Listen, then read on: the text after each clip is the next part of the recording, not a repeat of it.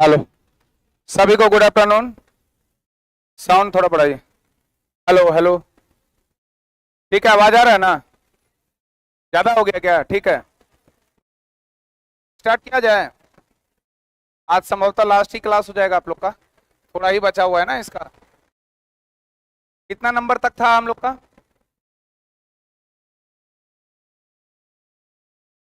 बहुत कम विद्यार्थी दिख रहे हैं। साइको वाले में है क्या? थे क्या वो लोग? बिहार पुलिस में रिजल्ट हो गया? हाँ, मतलब हर जगह हाथ पर फैलाए हुए हैं ना, जहां मिल जाए कर लो, दुनिया मुट्ठी में। सही है। हमारे जब हम लोग तैयारी करते थे ना, तो बड़े बुजुर्ग बोलते थे हमेशा, पापा लोग बताते थे, मामा जी लोग बताते थे, टीचर भी बताते थे, हमेशा एक नाव का सैर करो। अगर दो तीन नाव का सैर करोगे तो ना इधर के रहोगे ना उधर के।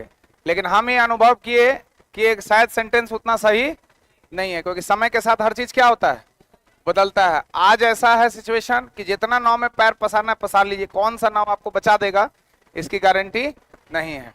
हमको ऐसा लगता है कि नहीं, नाव पे रखिए, लेकिन हाँ एक एम रखिए कि हम ये नाव मेरा स्पेशल है, इसको छोड़ना नहीं है। उसके अलावा चारों नाव को क्या पता, जिसको स्पेशल समझ रहे हैं वही आपका टाइटेनिक बन जाए और वो डूब डूब जाए, तब छोटा मोटा नाव ही आपका क्या कर देगा, जिंदगी को पार कर देगा। चलिए स्टार्ट करते हैं हम लोग। क्वेश्चन नंबर है 281। यही था ना? टॉपिक था हम लोग का अर्थव्यवस्था और आजीविका। 1854 से 1880 तक कितने कारखानों का निर्माण हुआ था? 30 कारखाना बन चुके थे। हमारे यहाँ जो औद्योगिकरण की नीति आई थी, चूंकि इंडस्ट्रियल पॉलिसी जो आया था, जो हमारे यहाँ आया था, वो खासकर जब यूरोपीय कंपनी यहाँ आना शुरू हो गई। यूरोपीय लोगों का आगमन 1498 से शुरू हो गया था। और पहले यूरोपीय में था कौन? पुर्तगाली। पुर्तगाली के बाद आया कौन? डच। डच के बाद आया कौन? अंग्रेज। अंग्रेज के बाद आया कौन? डेनिस। डेनिस के बाद आया कौन? फ्रांस। फ्रांस के बाद आया कौन? स्वीडिश। ये सारे लोग यहाँ पर आए और कंपनियां स्थापित करना शुरू कर दी। यहाँ पर विभिन्न प्रकार का उद्योग, चाहे वो कपड़ा का उद्योग हो, वस्त्र उद्योग हो, या और भी विभिन्न प्रकार के उद्योगों का शुरुआत हो चुका था। उस उद्योग के आने से हमारा जो कुटीर उद्योग था, हमारा जो हाथ से बना हुआ उद्योग था, जैसे आज भी आप गांधी मैदान में बापू सभागार के बगल में जाइएगा, तो एक गांधी मैदान का वो गोल चक्कर है, गांधी मैदान के जस्ट आगे में उस तरफ, वहां पर वो बांस का बना हुआ कुछ कुछ सामान मिलता है, देखिएगा। स्टूडेंट के लिए बुक रखने के लिए वो रेक मिलता है, सोफा मिलता है, टेबल मिलता है, बेंत वाला रहता है ना। तो वो सब लोग हस्तकरघा या फिर जो छोटे छोटे लघु उद्योग उसको बोलते हैं, तो वो सब जो था वो बड़े उद्योग के आने से क्या हो गया, प्रभावित हो गया। और उस उद्योग पर बहुत प्रभाव पड़ा। उस प्रभाव के कारण गरीब बेरोजगारी की स्थिति उत्पन्न होना शुरू हो गई। ये हमारे भारत में हर जगह देखने को मिलेगा। आज जो पहले जो अटेंडेंस होता था, कैसे याद है? Roll number 1, roll number 2, roll number 3, एक रजिस्टर होता था। अब वो जमाना खत्म, सीधा यहाँ कंप्यूटर ले लिया है उसका स्थान। कई लोगों का काम एक कंप्यूटर ले लिया है। अभी आप टेस्ट देते हैं, पहले टेस्ट चेक होता था, कॉपी, एक का ए, बी का बी, सी का डी। अभी आप लाखों करोड़ों स्टूडेंट एक बार में एग्जाम दीजिए, वहां जाके वो रहेगा आपका ओएमआर सीट, मशीन में डालिए, छट छट छट छट छट छट, तुरंत बता देगा कितना स्कोर है। बता देता है कि नहीं स्कैनर से? पहले पैसा लेने देने के लिए पूरा पैसा गिन गिन के ले जाना होता। आप पॉकेट में एक भी रुपया मत रखिए, कोई दिक्कत, मोबाइल निकालिए, क्यूआर डालिए, तुरंत आपका पैसा यहाँ से वहां चला जाता है। हमको लगता है काफी दिन से हम अपना एक रुपया पॉकेट में नहीं रखे होंगे आज तक। कोई लुटेरा आएगा भी तो लूट बोले लूट लो, कोई दिक्कत नहीं है, क्योंकि वो सब पैसा कहाँ है, मोबाइल में। एक रुपया का भी जरूरत होता तो किसका यूज करते हैं? मोबाइल का। तो 1854 से 1880 तक कितने कारखानों का निर्माण हो गया था? 30 कारखाना। काफी ज्यादा डेवलपमेंट हो गया था कारखानों का। और जब कारखाना डेवलप कर रहा है, इंडस्ट्री डेवलप कर रहा है, मतलब कि वो सेकेंडरी चीजों में हाथ रख चुका है। और सेकेंडरी चीज में तब लगता है लोग जब प्राइमरी उसका अच्छा खासा चल रहा होता है। हम पहले भी बताए थे कि मेंस तब लिखिएगा ना जब पीटी पास होइएगा। पीटी पास ही नहीं तो मेंस कैसे लिखिएगा? साइको तो तब दीजिएगा ना जब पीटी मेंस निकलेगा। जब निकलेगा ही नहीं तो साइको कैसे दीजिएगा? तो अगला चरण है। तो उद्योग जो है वो कृषि का अगला चरण है। जब हमारे पास सरप्लस प्रोडक्शन ज्यादा होगा तो हम लोग उद्योग की तरफ देखना शुरू करेंगे। जब हम लोग उद्योग की तरफ देखना शुरू करेंगे, जब कृषि भी है उद्योग भी है, तब आत्मनिर्भर बनने के लिए सोचेंगे, हमारे स्वास्थ्य पे ध्यान देंगे, हमारे इंफ्रास्ट्रक्चर पर ध्यान देंगे, हमारे जो ट्रांसपोर्टेशन है उस पर ध्यान देंगे, जो आवश्यक है बुनियादी चीज है उस पर ध्यान देंगे। वही तो किया हमारा पंचवर्षीय योजना में। जब हमारा पंचवर्षीय योजना आया आफ्टर इंडिपेंडेंस, कब? 1951। प्रथम पंचवर्षीय योजना 1951 से 56। उसमें ध्यान किस पर दिया गया? 1951 से 56 के दौर में एग्रीकल्चर प्रमुख था ना, किस पे ध्यान दिया गया? कृषि। सरप्लस प्रोडक्शन ज्यादा हुआ, कृषि पे ज्यादा ध्यान दिया गया। तो फिर 1956 से 61 में जो हुआ, इस पे किस पे ध्यान दिया गया? इंडस्ट्री, उद्योग पे ध्यान दिया गया। और फिर थर्ड वाला में ये दोनों को मिला के आत्मनिर्भर बनने का प्रयास करने लगा, नहीं करने लगा। चलिए आगे आएगा, ये सारा क्वेश्चन जो अभी बताएं उससे रिलेटेड होगा ये।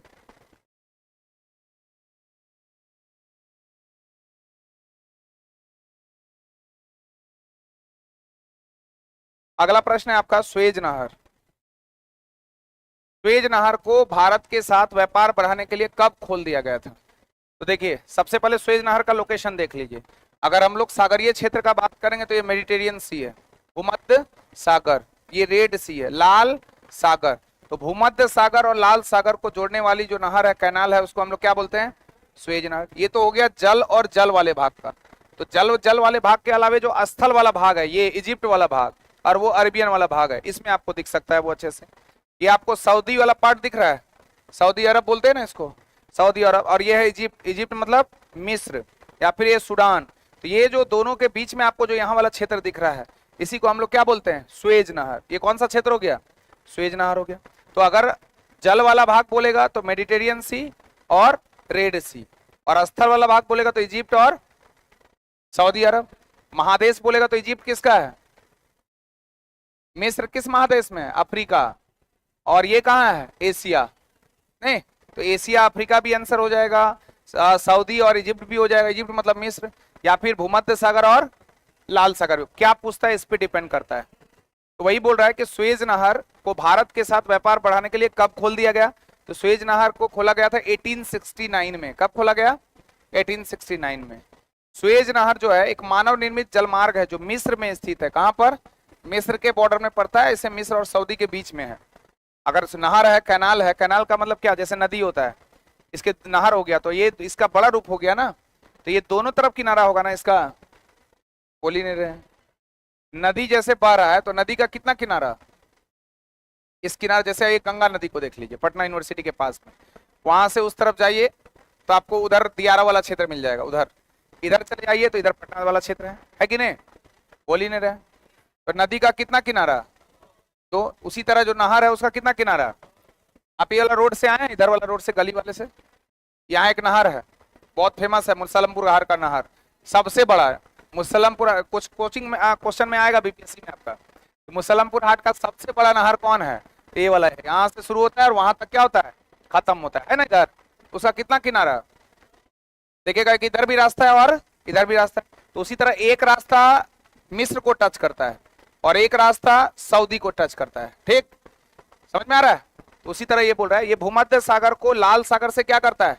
जोड़ता है। भूमध्य सागर अभी बताए, भूमध्य सागर मेडिटेरियन से ऊपर है, इधर रेड सी है, दोनों को क्या करता है? जोड़ता है, कनेक्ट करता है दोनों को, जिससे यह यूरोप और एशिया के बीच सबसे छोटा समुद्री मार्ग बन जाता है। इधर वाला जो पार्ट है, मिस्र वाला जो पार्ट अभी हम बताए थे, ये मिस्र वाला पार्ट जो है, ये मिस्र वाला जो पार्ट है ये अफ्रीका का पार्ट है। किसका? और इधर जो सऊदी वाला पार्ट है ये किसका पार्ट है? एशिया का पार्ट। और यहाँ पर है आपका भूमध्य सागर और यहाँ पर है आपका लाल सागर। तो जब सागरीय क्षेत्र को बोलेगा तो भूमध्य सागर और किसको? भूमध्य सागर और किसको? भूमध्य सागर और किसको? और जब महादेश पूछेगा तो अफ्रीका और किसको? अफ्रीका और किसको? अफ्रीका और किसको? अब जब कोई पार्टिकुलर देश पूछेगा तो मिस्र और कौन? सऊदी। मिस्र और सऊदी वाला पूछने का चांस बहुत कम है। दो सागर का पूछेगा या दो महादेश का पूछेगा। सागर में मेडिटेरियन सी एंड रेड सी, और अगर पूछेगा ऐसे तो आपका हो जाएगा कौन? यूरोप और एशिया। क्लियर ना? नहीं बोल रहे हैं। तो स्वेज नहर को कब खोला गया? 1869 में। कब खोला गया? 1869। स्वेज नहर किन दो सागर वाले क्षेत्र को जोड़ती है? लाल सागर और भूमध्य सागर। ये किन दो महादेशों को जोड़ती है, अलग करती है? अफ्रीका और बेसिकली अगर पूछेगा किसके ज्यादा करीब है तो मिस्र मार सकते हैं आप। मिस्र में एक नदी भी है जिसका नाम है नाइल रिवर जिसको बोलते हैं ना, नील नदी का देन है मिस्र, बोलते हैं ऐसा। और विश्व की सबसे बड़ी नदी कौन? अमेजन। जरूरी हम नील पढ़ा रहे हैं तो नील ही पूछेंगे। विश्व की सबसे बड़ी नदी कौन? अमेजन। और विश्व की सबसे लंबी नदी कौन? ध्यान रखिएगा, विश्व की सबसे बड़ी नदी, बड़ी क्योंकि इसका लंबाई और चौड़ाई भी क्या है? ज्यादा है, लंबा भी है और चौड़ा भी है, खली के जैसा। दिलीप सिंह राणा का नाम सुने हैं, उर्फ खली, WWE। तो ये लंबा भी है और चौड़ा भी है, उसको क्या बोलते हैं, बड़ा, यानी बहाव जिसका क्या है, ज्यादा है। और नील नदी है सिर्फ क्या, लंबा, पतला रहेगा, पतला जैसा रहेगा, है ना, उसको बोलते हैं पतला, यानी वो हो गया आपका लंबी नदी। तो विश्व की सबसे लंबी नदी नील, विश्व की सबसे बड़ी नदी अमेजन। नील नदी कहां पर है, मिस्र में। कहां पर है, कोई दिक्कत है, आगे। सुएज नहर का निर्माण 1859 में शुरू हुआ था और 1869 में इसे पूरा किया गया था। जब पूरा होगा तभी ना खोलेगा मार्ग, तो खोला कब, 1869 में। स्टार्टिंग कब शुरू किया था, 1859 में। आगे बढ़े, कोलकाता, कोलकाता देख रहे हैं, बिहार में है ना। कोलकाता में देश की पहली जूट मिल किसने और कब स्थापित की थी, मारवाड़ी व्यवसायी हुकुम चंद के द्वारा 1917 में।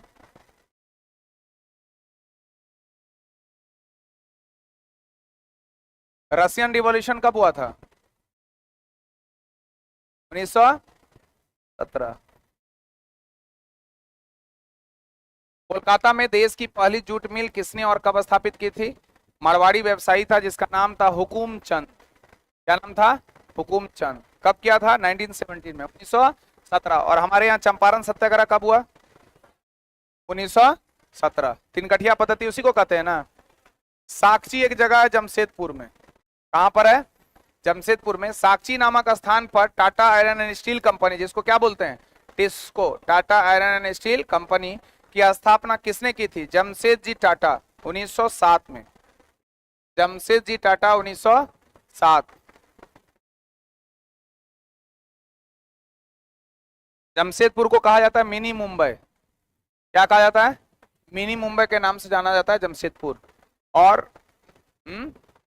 हिंदुस्तान का पहला जो लौह इस्पात कारखाना खुला था ना, वो एक्चुअल में कुल्टी में खुला था, वेस्ट बंगाल में, लेकिन सफल नहीं हो पाया था, असफल था। जैसे हम बताए थे, फोर्ट ग्लास्टर वेस्ट बंगाल में कपड़े का जो मिल खुला था, हुआ था ना 1818 में, लेकिन वो सक्सेस हुआ नहीं। फिर 1851 में बॉम्बे आया, सक्सेस हुआ नहीं। फिर 1854 में आया, सक्सेस हुआ, यस। उसी प्रकार कुल्टी वेस्ट बंगाल में स्थापित पहला लौह इस्पात कारखाना था भारत का, जो सफल नहीं हुआ, लेकिन इसके बाद हुआ 1907 में Tata iron and steel company. और ये जमशेदपुर बसाया हुआ शहर, नहीं बोलते पूरा प्लान करके बसाया हुआ, जैसे नगर नियोजित शहर जिसको बोलते हैं, सिंधु घाटी सभ्यता को पढ़े हैं ना, हड़प्पा सभ्यता, सिंधु सभ्यता या कांस्ययुगीन सभ्यता, उसी को कहते हैं। तो उसी तरह प्लान करके बसाया गया है किसको, जमशेदपुर को। और जमशेदपुर का सारा भरण पोषण वहां का प्राइवेट सेक्शन करता है, कौन, टाटा। भिखारी तो हर जगह है, भारत के हर कोना में भिखारी है, भिखारी का लेवल अलग अलग है। हम लोग भी एक तरह से क्या है, भिखारी है, नहीं, लेकिन वो थोड़े ऐसा है कि रोड पे बोलेगा दे दे बाबा, भी भिखारी है। भिखारी का लेवल क्या है, अलग अलग। पाकिस्तान अभी सबसे बड़ा भिखारी है, नहीं, अब वो रोड पे थोड़े बैठा है, लेकिन वो मांग रहा है, सब देश को बोल रहा है हमको मदद कर दो बाबा, नरेंद्र मोदी खूब मार मार रहा है, नहीं। वही हाल होगा पाकिस्तान का जो यूक्रेन का हुआ है, नहीं। फर्क इसमें है कि अमेरिका उसके साथ था, इसके साथ नहीं है। कितना अच्छा स्टेटमेंट अमेरिका बोला कि दोनों का आपसी मामला है, निपट लीजिए, नहीं, आपस में जो करना कर लीजिए, हमको इससे मतलब नहीं है। मतलब क्या कहना चाह रहा है, मारो किसको। तो इसके बारे में कुछ पॉइंट लिख लीजिए। आपको बता दें कि हम यहीं के रहने वाले, जमशेदपुर। जो आपके बीपीएससी में क्वेश्चन आएगा कि चंद्रा सर कहाँ के रहने वाले हैं, जमशेदपुर। और मेरा बर्थडे है 3 मार्च, 3 मार्च। और उसका भी है, जमशेद जी, सॉरी, उनका, जमशेद जी का भी है, मतलब पूरा जो टाटा शहर बसा है ना, वो कितने तारीख को, 3 मार्च को। हम रहे या ना रहे, मेरा बर्थडे पूरा सेलिब्रेट करता है जमशेदपुर। कभी पूछिएगा कोई अगर होगा कि कितना तारीख को वहां पूरा लाइटिंग किया जाता है, कितने तारीख को, 3 मार्च को। क्या बोलते थे, पूरा लाइट से सजा दिया जाता है। ये क्वेश्चन आपका एग्जाम में आएगा बीपीएससी में, याद रखेगा कि चंद्रा सर का बर्थडे कब था, 3 मार्च। औरंगजेब की मृत्यु कब हुई थी, 3 मार्च, ये भी याद रखिएगा। औरंगजेब का भूत है अंदर हमारे यहाँ। तो ये वाला लिख लिए, जमशेद जी टाटा। लिखिएगा भारत का सबसे पहला लौह इस्पात कारखाना, भारत का सबसे पहला लौह इस्पात कारखाना। भारत का सबसे पहला लौह इस्पात कारखाना। लिखे, पश्चिम बंगाल के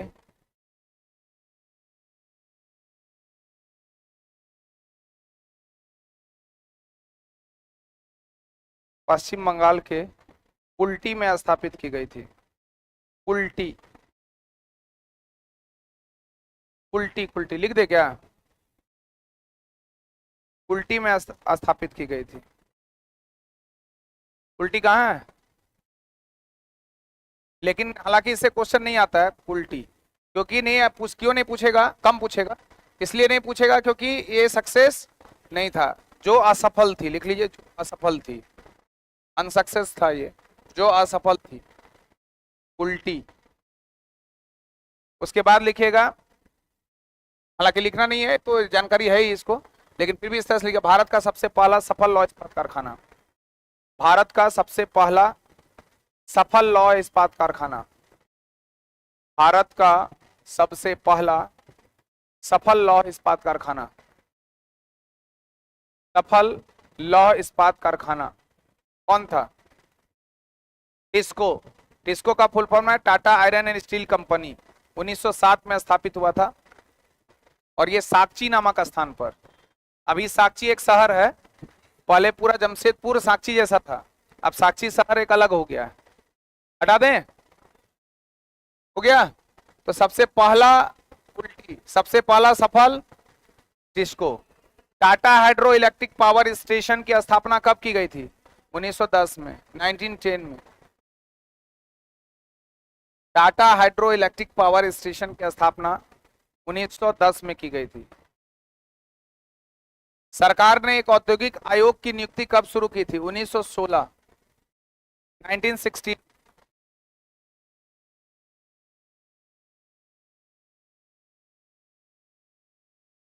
एक हेडिंग दे दीजिए, औद्योगिकरण का परिणाम।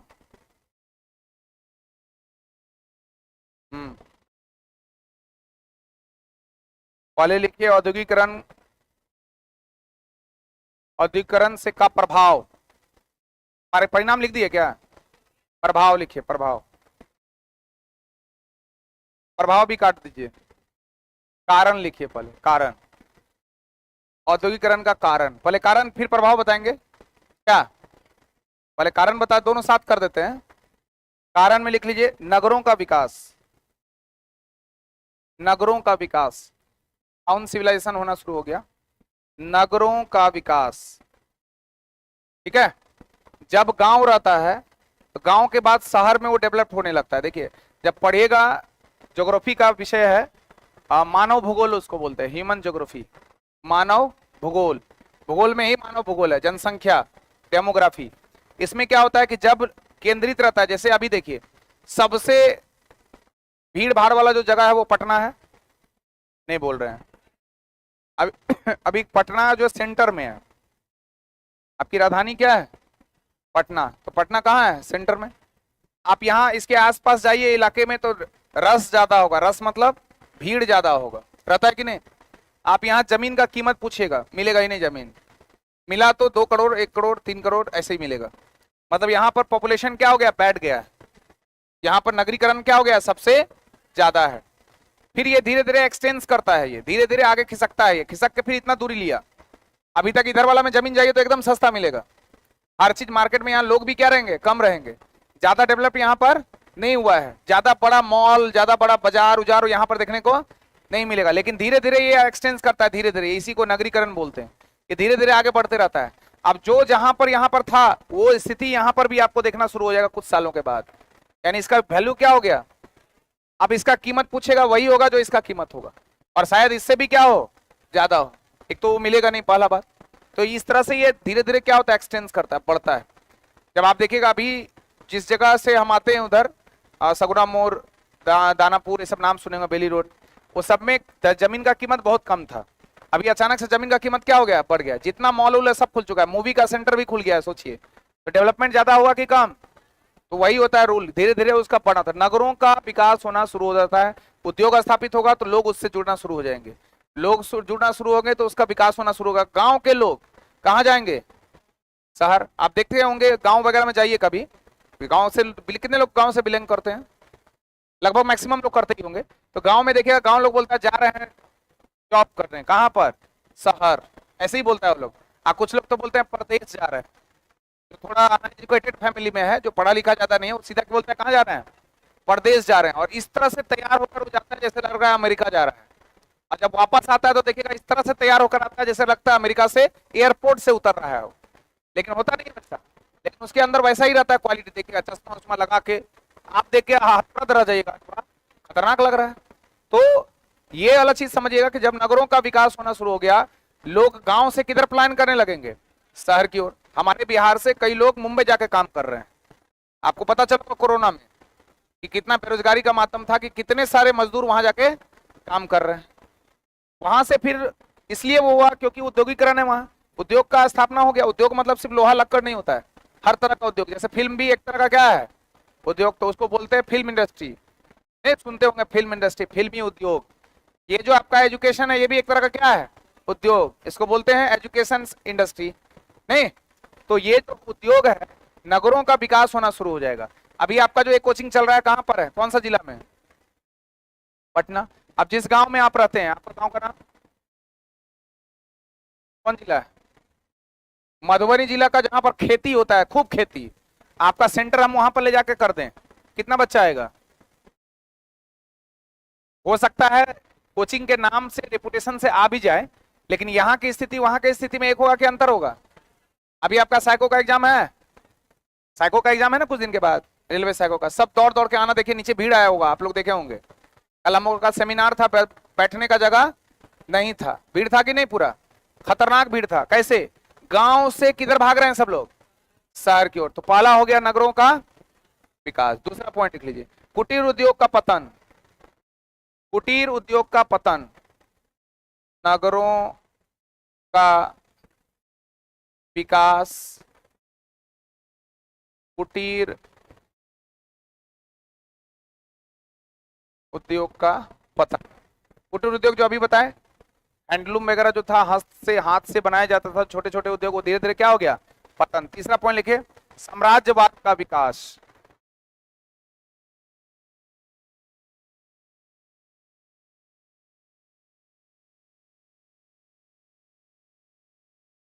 विकास, विनाश नहीं, साम्राज्यवाद का विकास। अब जैसे ही औद्योगिकरण होगा तो लोगों का वो वाला क्षेत्र जो है वो बढ़ना शुरू हो जाएगा। अभी देखिए, जैसे यहाँ डेवलपमेंट ज्यादा होगा तो लोग ज्यादा आएंगे कि काम। अभी एक एयरपोर्ट है, इसका नाम है जयप्रकाश नारायण अंतर्राष्ट्रीय हवाई अड्डा।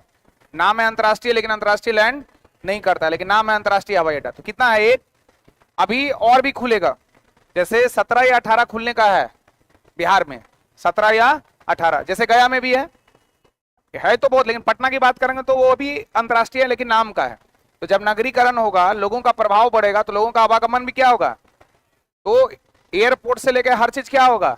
बढ़ेगा। अब उस बढ़ने में क्या होगा? जो जमीन आपके पास है वो जमीन अधिग्रहित कर लेगी कौन? सरकार। अब इसी जमीन को अधिग्रहित करने का इंतजार करता है कौन? जनता। वो खरीद के फंसाया हुआ है जमीन, और सरकार जैसे ही ली, उसका वैल्यू क्या हो जाता है?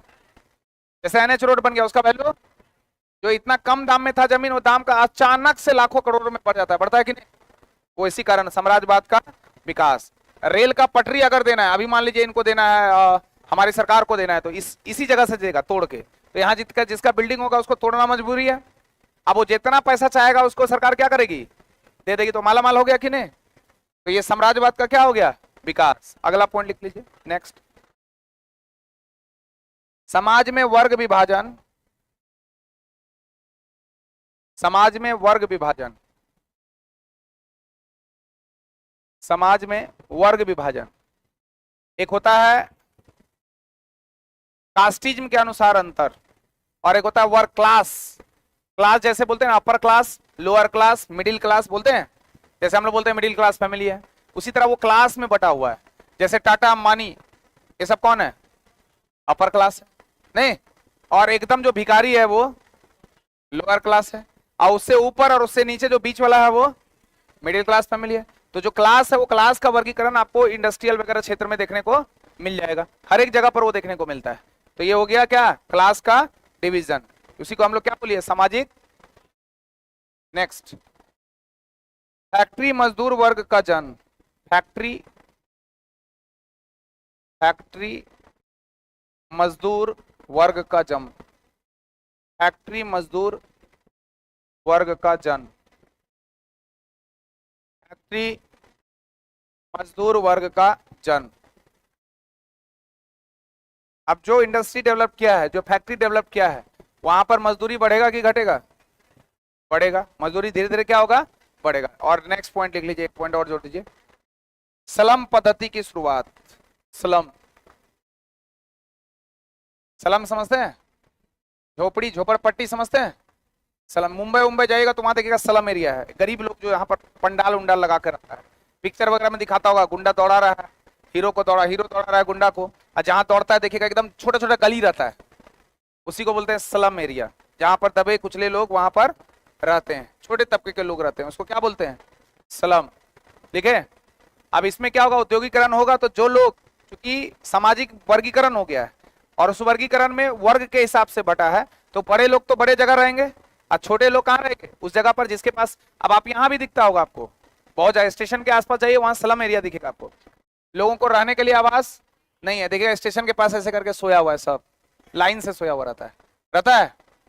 हालांकि वो अलग है थोड़ा, वो लोग तो मजदूरी कर रहा है, काम कर रहे हैं, लेकिन उसी टाइप का होता है। कुछ लोग पंडाल लगा लेता है अपना, टेम्पोरली पंडाल, और उसी में अपना जीवन यापन करता है ना। तो ये था आपका क्या, औद्योगिकरण का कारण। अब लिखिए परिणाम, स्लम पद्धति की शुरुआत। स्लम पद्धति की शुरुआत।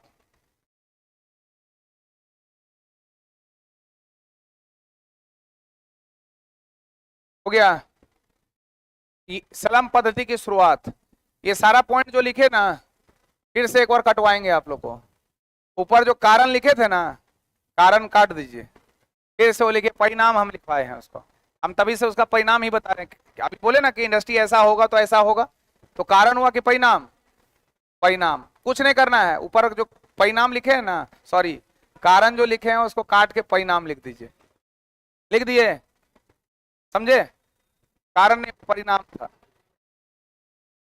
अभी से परिणाम ही हम चर्चा कर रहे हैं। जैसे ये होगा, औद्योगिकरण हुआ तो नगरों का विकास हुआ, औद्योगिकरण हुआ तो स्लम बस्ती का निर्माण हुआ, औद्योगिकरण हुआ तो सामाजिक भेदभाव देखने को मिलेगा। हाँ, अब कारण लिखिएगा, उल्टा कर दिया हम, सॉरी, लेकिन लिख लीजिए, तभी से हम वही परिणाम बता रहे हैं आपको। कारण अब लिखिए, कारण। अच्छा, औद्योगिकरण की कारण क्यों, औद्योगिकरण का जरूरत क्यों, बोलिए? आवश्यकता। औद्योगिकरण की जरूरत क्यों हुई, आवश्यकता। हमको एक मोबाइल चाहिए, एक बन रहा है, कोई दिक्कत नहीं है। हमको 140 करोड़ की जनता, 140 करोड़ मोबाइल चाहिए, तो उद्योग स्थापित होगा कि नहीं होगा? तो नॉर्मल रूप में जैसे एक रोटी बनाते थे, रोटी बनाने का भी तरीका अलग होता था, खाना बनाने का तरीका अलग होता था। अभी खाना बनाने का तरीका क्या हो गया है, बदल गया है। पहले के जमाने में धीरे धीरे बनता था खाना, बन रहा है। अभी के जमाने में एकदम तुरंत, जैसे वो शादी वाले में नहीं बोलते चट मंगनी पट बिहा, वही वाला हाल है। चाउमीन खाना है, मैगी खाना है, तुरंत दीजिए, 2 मिनट में मैगी बनकर, बताइए, 2 मिनट में मैगी बनकर तैयार हो जाता है आजकल, नहीं? तो वो क्यों हो रहा है ऐसा, क्योंकि हमें आवश्यकता है, नीड्स है। तो लिखिएगा पहला पॉइंट, आवश्यकता आविष्कार की जननी। आवश्यकता, आवश्यकता, आवश्यकता आविष्कार की जननी। आवश्यकता ही आविष्कार की क्या होती है, जननी। हमको जो जरूरत है तब उसका आविष्कार करना शुरू कर देते हैं हम लोग। जननी मतलब जन्म देने वाला। जब आपको आवश्यकता होगा ना, तब आविष्कार होता है। जैसे मोबाइल, पहले ऐसे ही मोबाइल था, कीपैड वाला, उसमें हम लोग सांप वाला स्नैक्स खेलते थे, नोकिया वाला में, याद है? घूमता था ऐसे। अब उस मोबाइल का स्थान बदल गया है, अब एक भी व्यक्ति नहीं होंगे जिनके पास कीपैड वाला होगा। है तो हाथ उठाइए, आपके सामने देखिए है, अगर है तो उसके साथ वो भी रखे होंगे, एंड्रॉइड भी। 2 गर्लफ्रेंड ही रखे हैं, एक गर्लफ्रेंड से एंड्रॉइड से बात करते हैं और एक किससे, इससे। एक होगी मार्क पीट करने वाली गर्लफ्रेंड, जो चेक करते हुए, उसके लिए रखे बिना कीपैड वाला, चेक कर लो, कुछ नहीं, व्हाट्सएप सब कुछ नहीं है। और जो स्मार्ट टेक्नोलॉजी वाली गर्लफ्रेंड होगी, उसके लिए अलग रखे हैं वो दूसरा वाला, कि देख लो हम तो साफ सुथरा आदमी है ना। दो दो मोबाइल लेके घूम रहे हैं भाई साहब। तो देखिए, एक है जो बिना कीपैड का है, तो ये पहले के समय का था। अब इसमें जरूरत पड़ा कि हम लोग घर बैठे बैठे इंटरनेट देखें। आज हर चीज को आप देख सकते हैं। जैसे अभी हम बहन को, अपनी सिस्टर है मेरी, उनको बोलते हैं कि सीख लो। अब जैसे हम लोग का जाना है एग्जाम देने के लिए, उनको दिलाना है, हम जाने वाले हैं आउट ऑफ स्टेट। अभी पहली बार हम फ्लाइट पे भी चढ़ेंगे, पहले नहीं चढ़े हैं, बहुत एक्साइटेड हैं कि चढ़ेंगे। पता चल रहा है कि बम बारूद चल रहा है, अब क्या होगा पता नहीं। हाई रेट में कटवा तो लिए, जाने का भी आने का भी, खूब घूमेंगे। इसको बहन को छोड़ देंगे, एग्जाम उजाम देगी, आराम से। लेकिन अब इस तरह का स्थिति है, पापा बोल रहे हैं ऊपर में ही रह जाओगे, राफेल मारेगा तो वहीं खत्म।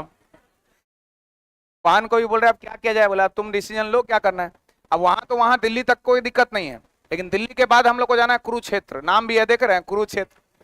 और उस बॉर्डर के आसपास पंजाब में हमला हो चुका है। अब वो बॉर्डर है चंडीगढ़ के आसपास का क्षेत्र में। अब है कुरुक्षेत्र में थोड़ा दिक्कत। तो हम बोले अच्छा देखो, पैसा बर्बाद तो नहीं करेंगे फ्लाइट का, चढ़ना है तो दिल्ली तक तो कोई दिक्कत नहीं है। यहाँ से कहाँ चले जाएंगे, दिल्ली। 3 दिन 4 दिन का है, उसके बाद रिटर्निंग है, तो घूमेंगे आराम से। और वहां से फिर चले जाएंगे। अगर सिचुएशन ठीक रहेगा तो तुम्हारा एग्जाम दिलाएंगे, नहीं तो फिर वापस घूम तो लेंगे ना क्या। चलिए दूसरे पॉइंट पे आते हैं। तो हम क्या बोल रहे थे कि हमको आवश्यकता हुआ, आज हर चीज को आप सर्च कीजिए। तो हम क्यों ये एग्जांपल दिए बहन का, क्योंकि हम उसको बोले हर चीज को सीख लो। कहीं मान लो हम उड़ गए या कुछ ऐसा हुआ, तुमको वहां से आना हो जाना हो तो क्या करोगी। तो बोली गूगल है ना, गूगल पे सर्च करेंगे सब बता देगा। हम बोले अच्छा भूकंप आएगा तो गूगल को बोले भूकंप से कैसे बचें, तब तक कहानी क्या हो जाएगा, खत्म। बताएगा। हम क्या बोले, समय इंपोर्टेंट है ना। अब भूकंप आपके लिए बोलेगा रुको रुको बाबा तुम सर्च कर लो, उसके बाद हम भूकंप आएंगे। अरे आएगा मारते हुए लेके चल जाएगा। अब पहले से दिमाग में रहेगा तब ना, ये बोलते बता देगा। अब मान लीजिए कोई आने वाला अटैक करने वाला, बोले अटैक से कैसे बचें, वो अटैक वाला सामने में रहेगा, बाबू सर्च कर लो हम आ रहे हैं। चलिए आगे बढ़ते हैं। तो पहला था आवश्यकता ही इसका जननी है ना। दूसरा पॉइंट, नए नए मशीनों का आविष्कार, नए नए मशीनों का आविष्कार,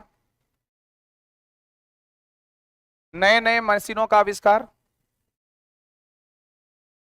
नए नए मशीन बनने लगेंगे, औद्योगिकरण काफी स्पीड से बढ़ेगा। अभी देखिए हर एक तरह का मिसाइल, हर एक तरह का चीज मिल रहा है। नहीं, अभी पता चला है, नया खोज नहीं मिला है कि जो अमेरिका है वहां एटम बम गिरा हुआ था, उसके बारे में पता चला है, जिस जो फटा नहीं था। फटता तो बहुत हरदंग मच जाता है ना, लेकिन ऐसा नहीं हुआ, ऐसा कुछ जानकारी मिला है। तो बहुत सारे टूल्स अब बनने लगे हैं, उससे भी औद्योगिकरण क्या होता है, प्रभावित होता है। अगला, कोयले और लोहे की प्रचुरता, कोयले और लोहे की प्रचुरता,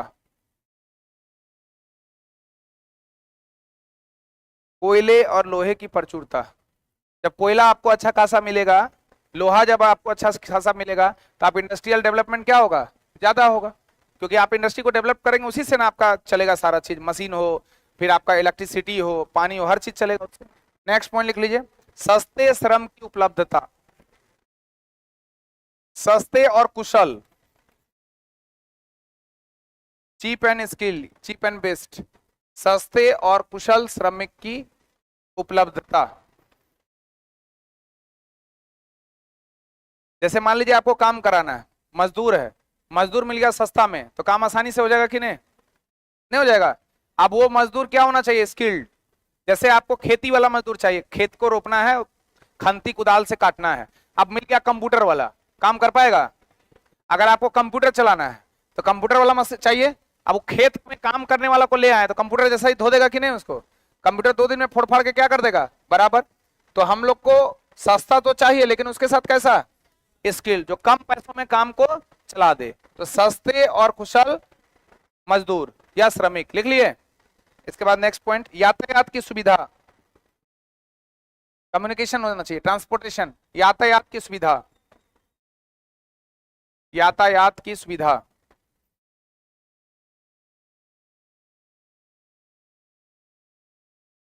यातायात की सुविधा हम पहले भी बताए थे कि कोई भी इंडस्ट्री अगर डेवलप करना हो तो सबसे पहले उसके लिए दिमाग चाहिए, आपके पास दिमाग चाहिए कि नहीं। और उसके बाद मेन पॉइंट आता है कैपिटल, पूंजी। आपके पास पैसा रहेगा, आपका दिमाग चलना क्या हो जाएगा, शुरू हो जाएगा, नहीं। और जैसे ही पूंजी मिलेगा तो जिस जगह पर आपको लगाना है फैक्ट्री, उसका स्थान, प्लेस आइडेंटिफाइड कीजिएगा। प्लेस आपको मिल गया तो वो प्लेस ढूंढिएगा जहां पर रॉ मटेरियल आपको मिले।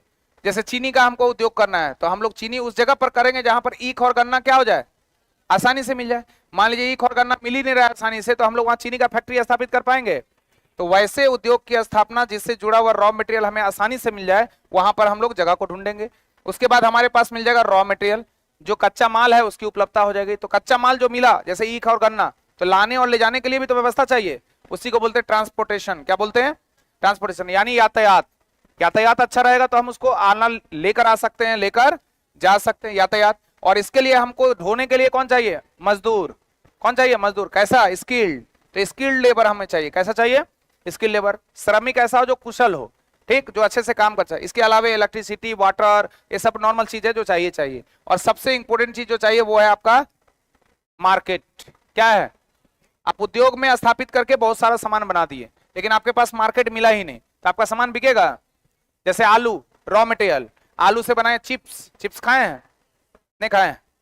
आलू खाए हैं? तो आलू हो गया रॉ मटेरियल। आलू नहीं खाए हैं कभी? आलू का तो सब्जी हमेशा आलू देखेगा, जगह जगह मिल जाएगा। आलू और रॉ मटेरियल, और आलू से आपने क्या बनाया? चिप्स। तो चिप्स क्या हो गया आपका? बनकर तैयार हो गया पैकेट। अब चिप्स आपका यहां से पूरा इतने सारे, मान लीजिए आप लोग खुद चिप्स हैं, क्या है? आप लोग किससे बने हैं? आलू से। और आपका नाम क्या है? चिप्स। इतना सारा चिप्स है, लेकिन इस चिप्स को खरीदने वाला कोई है? खरीदार है? तो चिप्स सड़ के खत्म हो जाएगा कि नहीं? तो अगर हम इंडस्ट्री बना रहे हैं तो उसके लिए बहुत बड़ा क्या चाहिए? मार्केट। अगर मार्केट है, सप्लाई ज्यादा होगा और डिमांड ज्यादा, सप्लाई ज्यादा, तो मार्केट ज्यादा बढ़ेगा कि नहीं? तो ये है आपका उद्योग होने का कारण। ये सारा चीज अगर उपलब्ध है तो आपका उद्योग अच्छे से डेवलप हो सकता है। क्लियर है? आगे 1921 में सरकार ने एक राजस्व आयोग नियुक्त किया और इसके प्रधान किसे बनाए गए? इब्राहिम रहीमतुल्लाह को। इब्राहिम रहीमतुल्लाह। इब्राहिम रहीमतुल्लाह को। हो गया?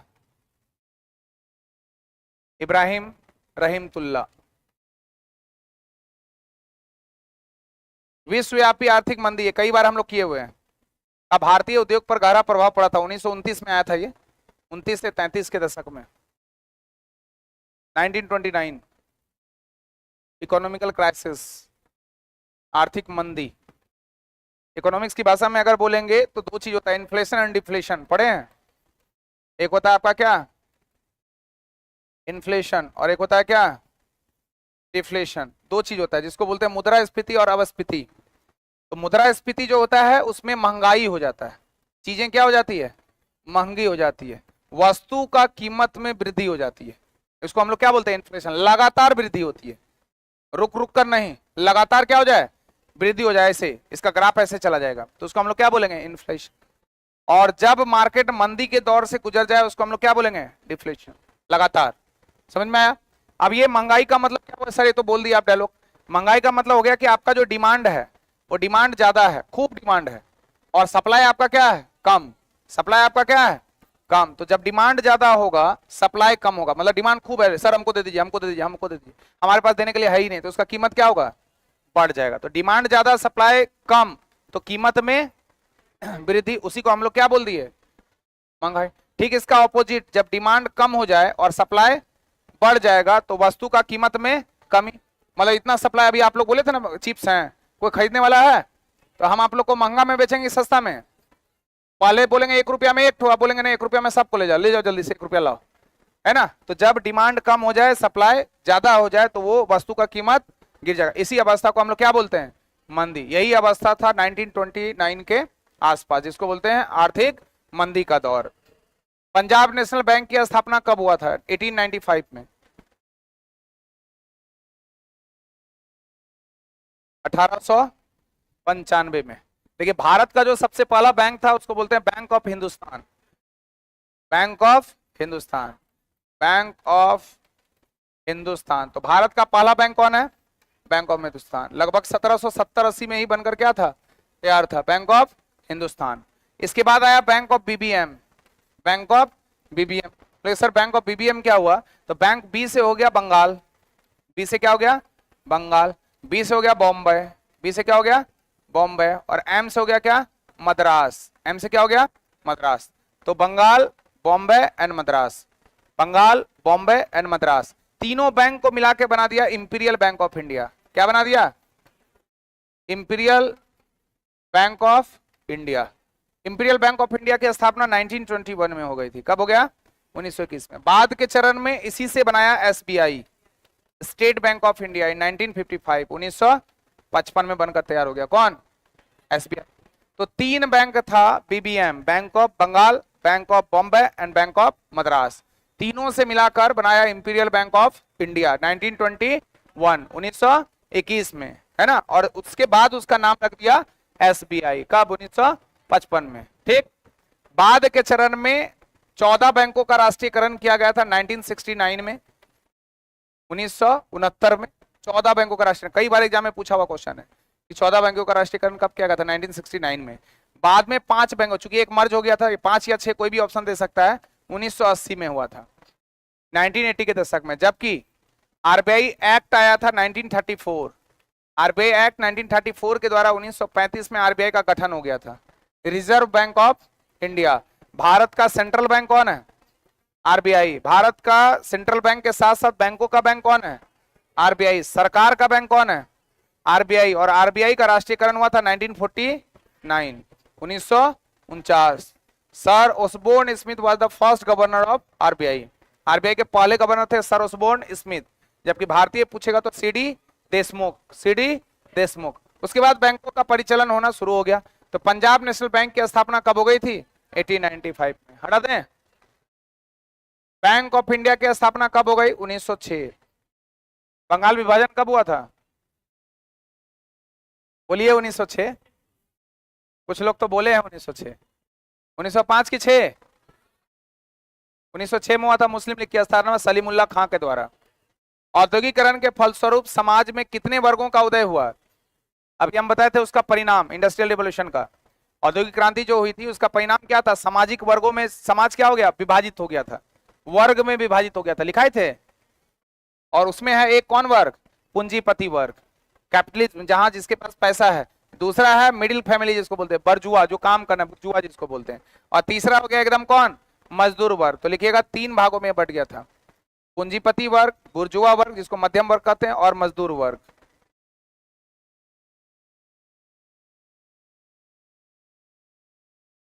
हो गया?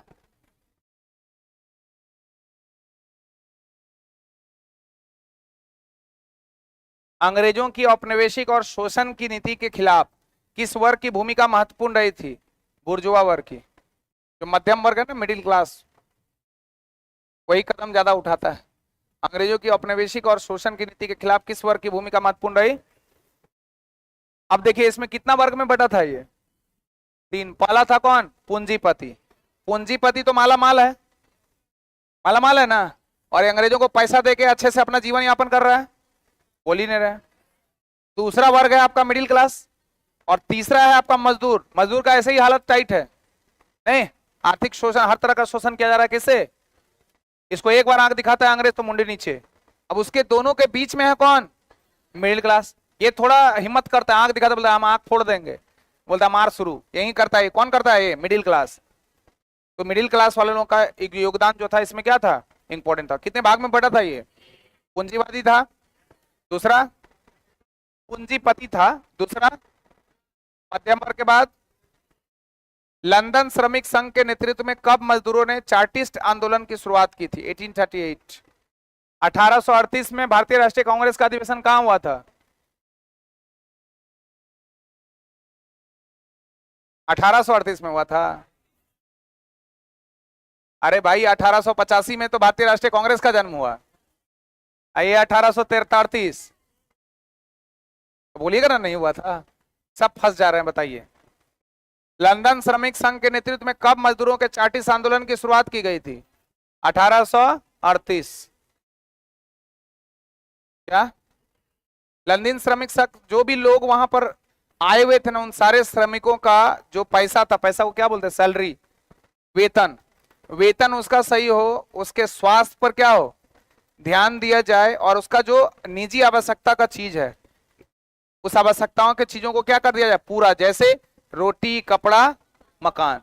तो वही था आपका लंदन श्रमिक संघ बनाया गया था, जो नेतृत्व मजदूर के चार्टिस्ट आंदोलन की शुरुआत की। मतलब जो बाहर से आए हुए लोग थे, यूरोपीय लोग जो थे, वो आंदोलन, उसमें बड़े पैमाने पर उन्होंने हिस्सेदारी ली। उसी को बोलते हैं चार्टिस्ट।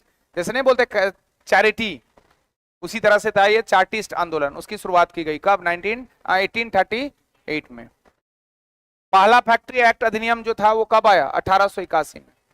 इसमें भी जो अभी पॉइंट बताए थे उसी पॉइंट पे ध्यान देना शुरू कर दिया। आवश्यकताओं के चीजों को मजदूरों को देने की बात, पहला फैक्ट्री एक्ट अधिनियम बना दिया गया कब? 1881 में। अखिल भारतीय ट्रेड यूनियन कांग्रेस की स्थापना कब किया गया और प्रधान किसे बनाया गया? पहले भी हम लोग पढ़े हैं इसको। 1920 में, लाला लाजपत राय। मांडले जेल में कौन भर्ती हुए थे? बाल गंगाधर। इस पर लाला लाजपत राय नहीं बोले कोई? बोले तो होंगे ही।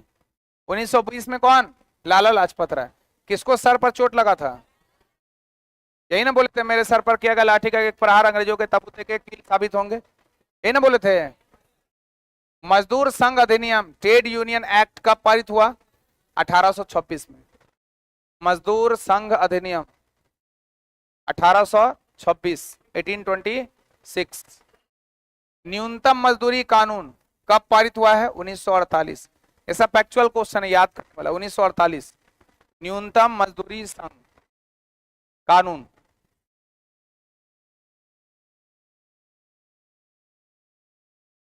पैसा का ना, पैसा के साथ साथ उसके चीजों का बोले ना, आवश्यकता वाला जो चीज था ना उसके लिख लीजिए, कुछ पॉइंट लिखा देते हैं। मजदूर कानून पॉइंट लिखा देते हैं, उसको जोड़ दीजिए उसको।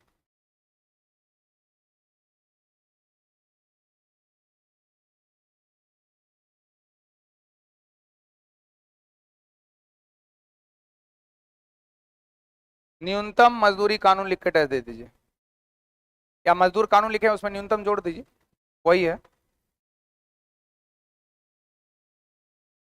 कब आया था ये? लिखे उद्देश्य, उद्देश्य, एम, पर्पस, लक्ष्य, टारगेट, जो मन करे लिखिए, सब एक ही शब्द है। उद्देश्य श्रमिकों की सुरक्षा करना, पहला उद्देश्य था, पहला पॉइंट देके लिखिएगा, श्रमिकों की सुरक्षा। श्रमिकों की सुरक्षा, देखिए यहां श्रमिकों की सुरक्षा का तात्पर्य क्या है कि जो असंगठित क्षेत्र है, जो नॉन ऑर्गेनाइज्ड, लास्ट क्वेश्चन है क्या, जो ऑर्गेनाइज्ड रूप में नहीं है, ठीक है, तो वहां पर शिक्षा की क्या है? कमी है। लोग ज्यादा जागरूक नहीं है। जब लोग जागरूक नहीं होंगे तो शोषण ज्यादा की कम? ज्यादा। अभी आपको जो भी चीज बोलेंगे आप तुरंत बोलेगा सर गलत बोल रहे हैं आप, एकदम गलत है, हम इसके साथ नहीं है। लेकिन अगर आपको जानकारी उस चीज की नहीं है तो आप क्या बोलेगा? हाँ हाँ यही है। हम बोलेंगे ये आलू है तो बोलेगा हाँ आलू है, क्योंकि आपको जानकारी नहीं है। लेकिन जैसे ही जानकारी होगा तो आप तुरंत बोलेगा सर आलू नहीं है, हमको चंद्रा सर पढ़ाया है, इससे लिखा जाता है, मैक्स हब से ये कलम है। नहीं, तो जो असंगठित क्षेत्र है उसके श्रमिकों को शिक्षा की जानकारी ज्यादा नहीं है, शिक्षा में वो क्या है? कम है, जिससे उसका शोषण क्या होता है? ज्यादा होता है। तो वही यहां पर पॉइंट लिखा है क्या कि प्राथमिक लक्ष्य है इसका श्रमिकों की क्या करना? सुरक्षा। ब्रैकेट करके लिखिए,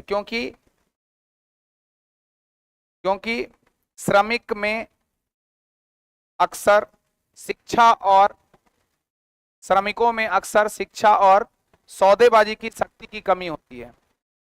सौदेबाजी मतलब तो ट्रीट नहीं कर पाता अच्छे से।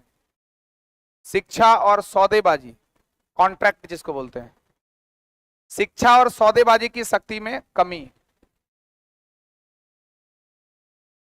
जिसकी वजह से उसका क्या होता है? शोषण। लिख लीजिएगा, जिसकी वजह से, वो आपको समझाने के लिए लिखा है, जिसकी वजह से इनका शोषण होता है। कितना क्वेश्चन है टोटल? अच्छा 2 और है, हो गया, लिख लिए। उसके बाद अगला, अब इसे कानून बना दिया गया है, इसलिए वो क्या बना है? एक्ट, कानून है, बस हो गया। बाकी सब क्या है? मजदूर है उनके जीवन यापन करने की जो दायित्व है उसको, रिस्पॉन्सिबिलिटी को भरण पोषण करेगा। जो एक मजदूर को चाहिए वो सारा चीज उसको देने का प्रयास करेगा, वही न्यूनतम मजदूरी कानून। उसमें अलग अलग विधान दिया हुआ है उसी के पर्पज से कि उनको सही रूप से उनको हैंडल किया जा सके। मजदूर संघ स्थिति में सुधार हेतु कब केंद्र सरकार ने राष्ट्रीय श्रम आयोग की स्थापना की?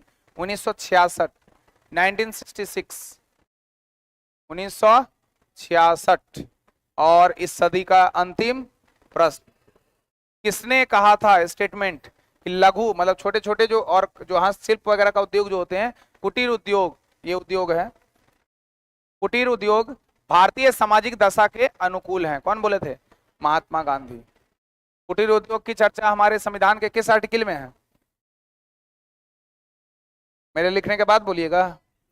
आर्टिकल कितना? जो किस भाग का विषय है?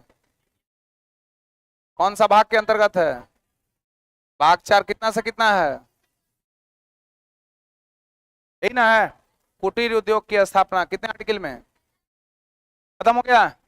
अब आवश्यक सूचना कि आपका क्लास 10th का हिस्ट्री खत्म हो गया है।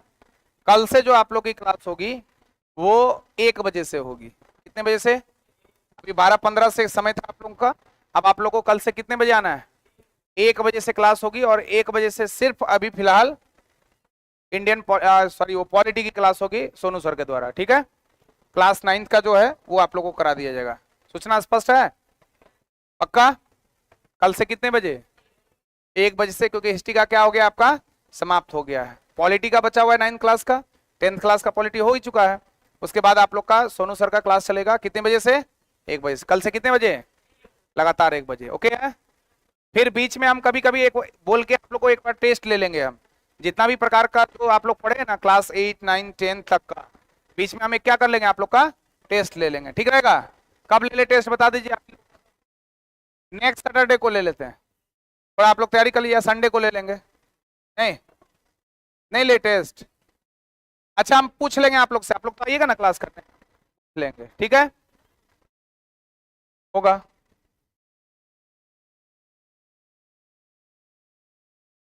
साइंस जिस दिन सर थे, आप थे ना यहाँ? नहीं थे? ऑनलाइन भी नहीं देखते थे? अब पढ़ाई छोड़ दीजिए, आपके लिए पढ़ाई यही नहीं। ऑनलाइन इसलिए दिया गया है कि आप वहां भी पढ़िए। आप अगर एब्सेंट है तो वहां कुछ ना कुछ तो फायदा होगा। और आप अगर ऑनलाइन ऑफलाइन में 20-25 दिन नहीं है, मतलब आप बहुत लोगों से क्या है पीछे। आपको ऐसा लगता है कि अगर हम तेज हैं तो गड़बड़ है, क्योंकि यहाँ तेज की जरूरत सिर्फ एक ही चीज है जो आपको रिजल्ट कराएगा, वो क्या है? मेहनत। जो जितना मेहनत करेगा वो उतना पाएगा। तो सर बताए थे आप लोग को, शायद कुछ इंफॉर्मेशन दिए थे। एसके झा सर खुद क्लास में आए थे। कौन कौन आया था उस दिन? नीचे करिए, कौन कौन नहीं आया था? तो जो जो नहीं आया था 3-4 दिन पहले का वीडियो आप लोग देख लीजिएगा। हम बोल के टाइम को बर्बाद नहीं करेंगे, ठीक है? हमारी क्लास खत्म हो गई है। अब आप लोगों की क्लास सोनू सर की कल से 1 बजे, डेली 1 बजे से क्लास होगी, ओके है? बोलिए। चलिए ऑनलाइन वाले लोग भी ध्यान देंगे।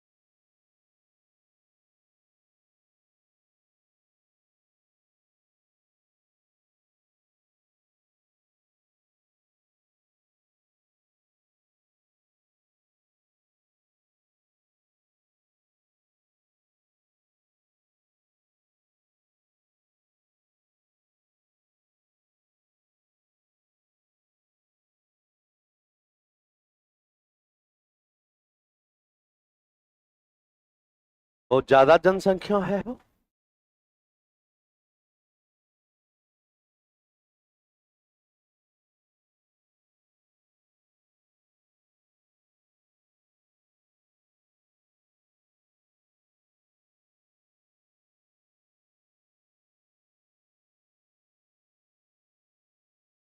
इतिहास समाप्त हो गया है, बस यही बचा है अब। आज ये कर देगा।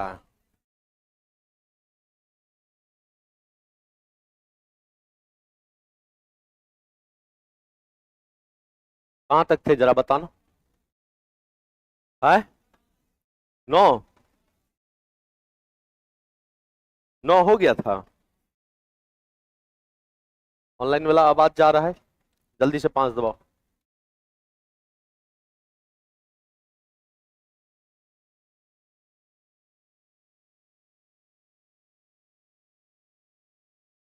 लग रहा है मिसाइल चल रहा है।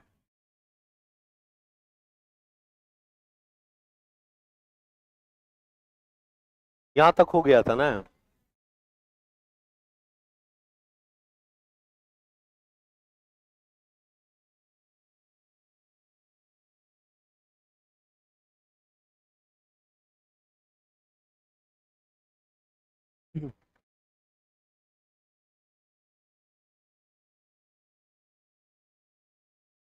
एक चीज आप लोग नोटिस करिएगा, सारे लोग को तो पीडीएफ मिल गया है, सभी लोग के पास है ना। तो जितना हम लोग क्लास 10th में एनालिसिस करके पढ़े थे, कहीं ना कहीं सारा क्वेश्चन उसी का इसमें है। आगे हम लोग एक एक क्वेश्चन पे बढ़िया टाइम दिए थे क्लास 10th वाले में, तो अधिकतर क्वेश्चन जो है वो उसी से मिलता जुलता जो है वो क्लास 9 में है। जैसे भारत में सार्वभौमिक वयस्क मताधिकार कब लागू हुआ था? कब लागू हुआ था? 1950। लेकिन आपसे पूछेगा कि इसका प्रयोग कब किया। अरे रे, मेरा पानी नहीं था।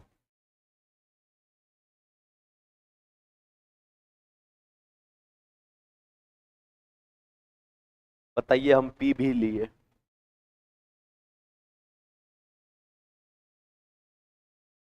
सही था, कोई बात नहीं।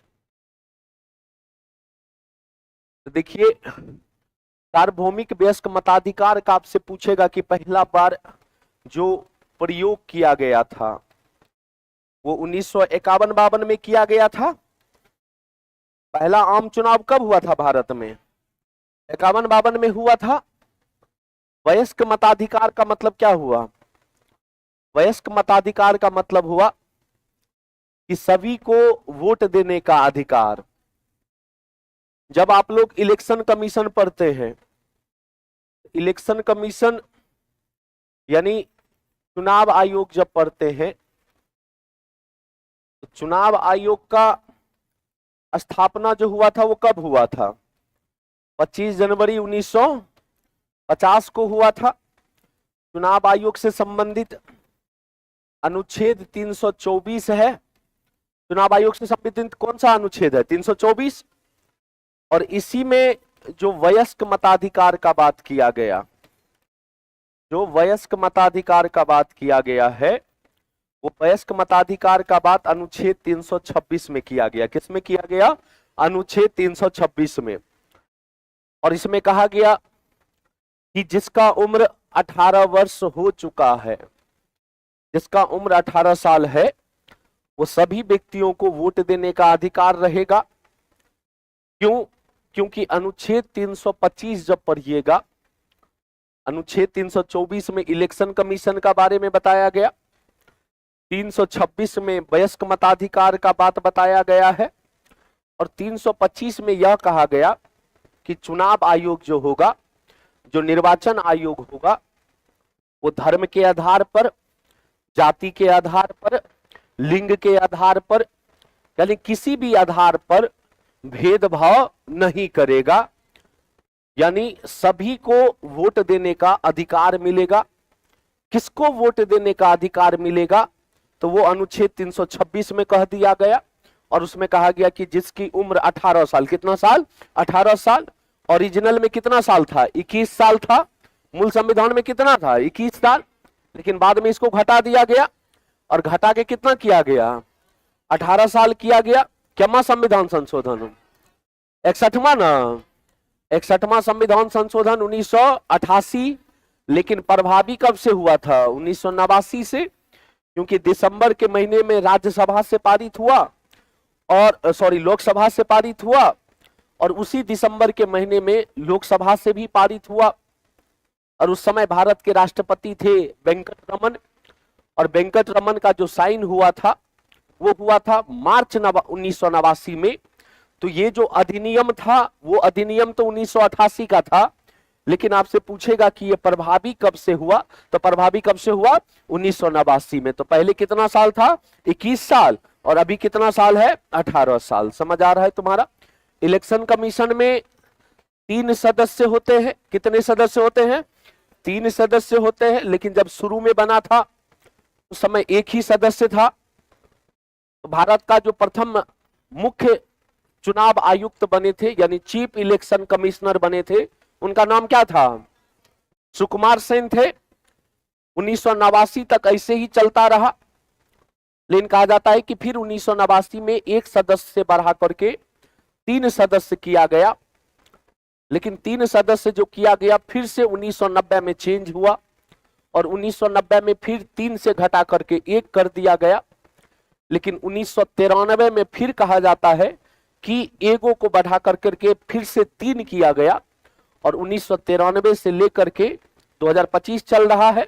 2025 तक जो इलेक्शन कमीशन में सदस्य है वो कितने सदस्य है? 3 सदस्य। एक को चीफ इलेक्शन कमिश्नर कहा जाता है, यानी मुख्य निर्वाचन आयुक्त कहा जाता है, और 2 को इलेक्शन कमिश्नर कहा जाता है, यानी निर्वाचन आयुक्त कहा जाता है। और तीनों सदस्यों की जो नियुक्ति होती है वो राष्ट्रपति के द्वारा होती है। किसके द्वारा होती है? राष्ट्रपति के द्वारा। यहां तक हम लोग बढ़िया से समझ लिए, कोई दिक्कत नहीं। तो आपसे पूछेगा कि इलेक्शन कमीशन की स्थापना कब हुई थी? क्या बोलिएगा? 25 जनवरी 1950 को। इसीलिए 25 जनवरी को हम लोग राष्ट्रीय मतदाता दिवस भी मनाते हैं। राष्ट्रीय मतदाता दिवस कब मनाते हैं? 25 जनवरी को मनाते हैं, क्योंकि इसी दिन इसका स्थापना हुआ था। जो अनुच्छेद 324 में है वो इलेक्शन कमीशन से संबंधित है। वयस्क मताधिकार का बात अनुच्छेद 326 कहता है, और किसी भी चीज पर भेदभाव नहीं करेगा, इसका बात 325 कहता है। किसी भी चीज का मतलब धर्म के आधार पर, जाति के आधार पर, लिंग के आधार पर।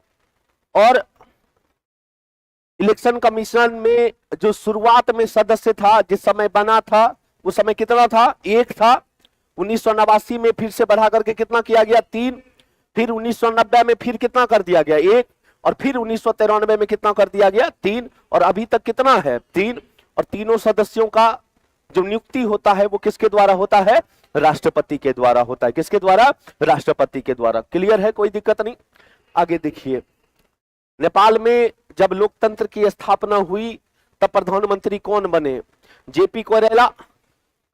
जेपी कोरेला याद आ रहा है? गिरजा प्रसाद कोरेला, तो सॉरी जीपी को, गिरजा प्रसाद कोइराला, वही जो मनीषा कोइराला बताए थे, भतीजी थी। आप नेपाले के तरफ के हैं क्या जी? तुम तो बोली थी कि हमारे ननिहाल के तरफ के हो। मायके तुम्हारा नेपाल है? बताओ, इसीलिए कहता है रोटी बेटी का संबंध है भारत और नेपाल में। समझ आ रहा है यहां तक? कोई दिक्कत नहीं।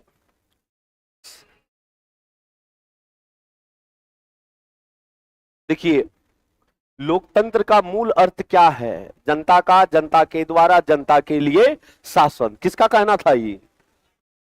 अब्राहम कौन थे? भारत के राष्ट्रपति। कौन थे? अमेरिका के राष्ट्रपति थे।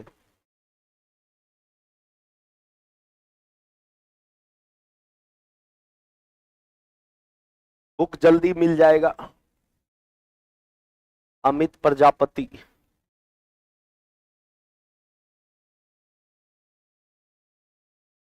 चला तुम लोग का हम अपना मोबाइल पे देखते हैं, उधर नहीं ध्यान देता। बहुत जल्दी बुक मिल जाएगा। आगे बढ़े।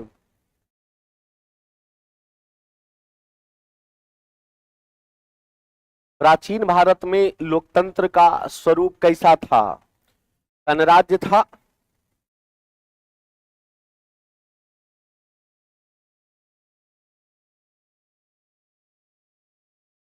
रिपब्लिक था। अच्छा, एक मन में हम क्वेश्चन दे रहे हैं आप लोग को, तो सोच समझ के आंसर दीजिएगा। यहां लोकतंत्र क्यों नहीं लिखा, गणराज्य ही क्यों लिखा?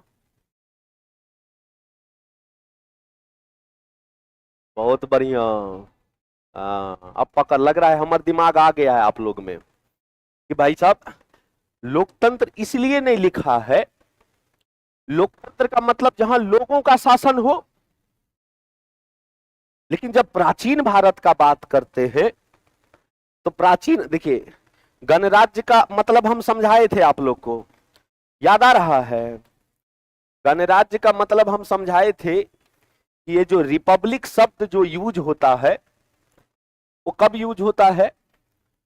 तो जो देश का अध्यक्ष रहेगा या देश का प्रमुख कहिए उसको, देश का प्रमुख जब चुनाव होकर के आएगा,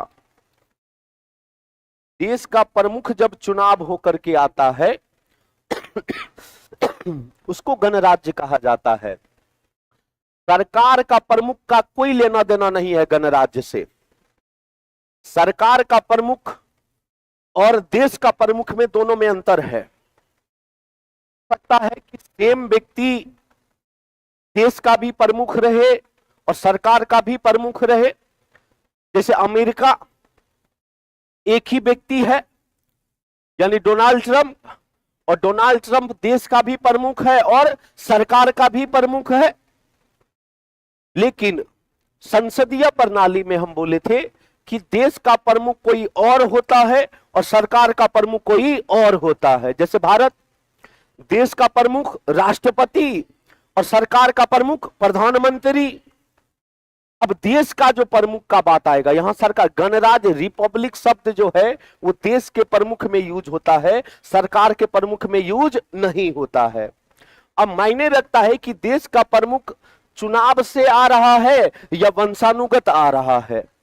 वंशानुगत यदि आया तो उसको गणराज्य हम नहीं बोलेंगे। जैसे इंग्लैंड, इंग्लैंड में लोकतंत्र तो है लेकिन इंग्लैंड गणराज्य है क्या? नहीं है। इंग्लैंड रिपब्लिक नहीं है। ऐसा इसलिए क्योंकि अभी भी इंग्लैंड में जो है वो राजा लोग है। और राजतंत्र में क्या होता था? राजतंत्र में यही होता था कि राजा का बेटा ही राजा बनेगा। और वहां पे आज भी ये प्रथा है कि भाई साहब जो राजा है वो देश का प्रथम व्यक्ति कहलाएगा और वही उसका बेटा, बाद में उसका बेटा, फिर उसका बेटा। तो एक वंशानुगत चलते आ रही है, जेनेटिक चलते आ रही है। लेकिन हमारे देश में जो देश का प्रमुख है वो वंशानुगत आ रही है या चुनाव से आ रही है। राष्ट्रपति द्रौपदी मुर्मू है, उनकी माताजी या उनके परिवार में तो कोई राष्ट्रपति नहीं थी, मतलब चुनाव से आई, भले प्रत्यक्ष हो चाहे वो अप्रत्यक्ष हो, लेकिन आ तो रही है चुनाव से ही। तो प्राचीन भारत में जो देखिएगा, यहां सरकार का प्रमुख नहीं होता था, उस क्षेत्र का प्रमुख होता था। और क्षेत्र का प्रमुख कौन? राजा होता था। राजतंत्र तो पहले थी लेकिन राजा कैसे आ रहा है वो मायने रखा जाता था। सरकार कैसे चल रहा है वो मायने नहीं रखा जाता था। राजा कैसे आ रहा है वो मायने रखा जाता था। और जब राजा कैसे आ रहा है वो मायने रखा जा रहा है तब वहां पे लोकतंत्र नहीं, तब वहां पे क्या बोलिएगा? गणराज्य बोलिएगा। समझ आ रहा है? जैसे वज्जी था ना, हो वज्जी था ना, वज्जी गणराज्य था कि नहीं था? वज्जी की राजधानी वैशाली, यही था ना। इसलिए यहां पे शब्द जो है कौन सा तुम्हारा? गणराज्य जुड़ा। पाकिस्तान में अक्टूबर 1999 में किसके द्वारा सत्ता संभाली गई? परवेज मुशर्रफ।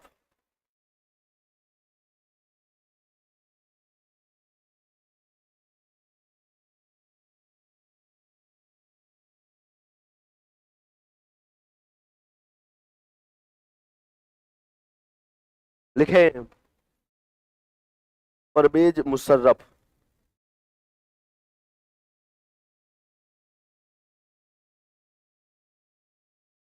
देखिए डेट है 8 मई 1999। ये डेट को याद करके रखिए। 8 मई 1999 को कारगिल पर पाकिस्तानी सेना का आगमन होता है।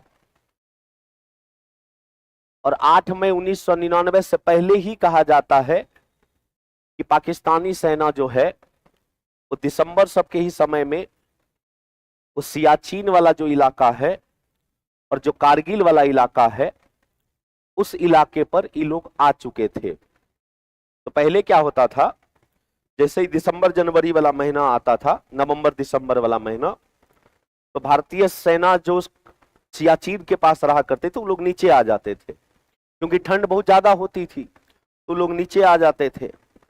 इस चीज का फायदा उठाया था इसी व्यक्ति ने, परवेज मुशर्रफ ने ही।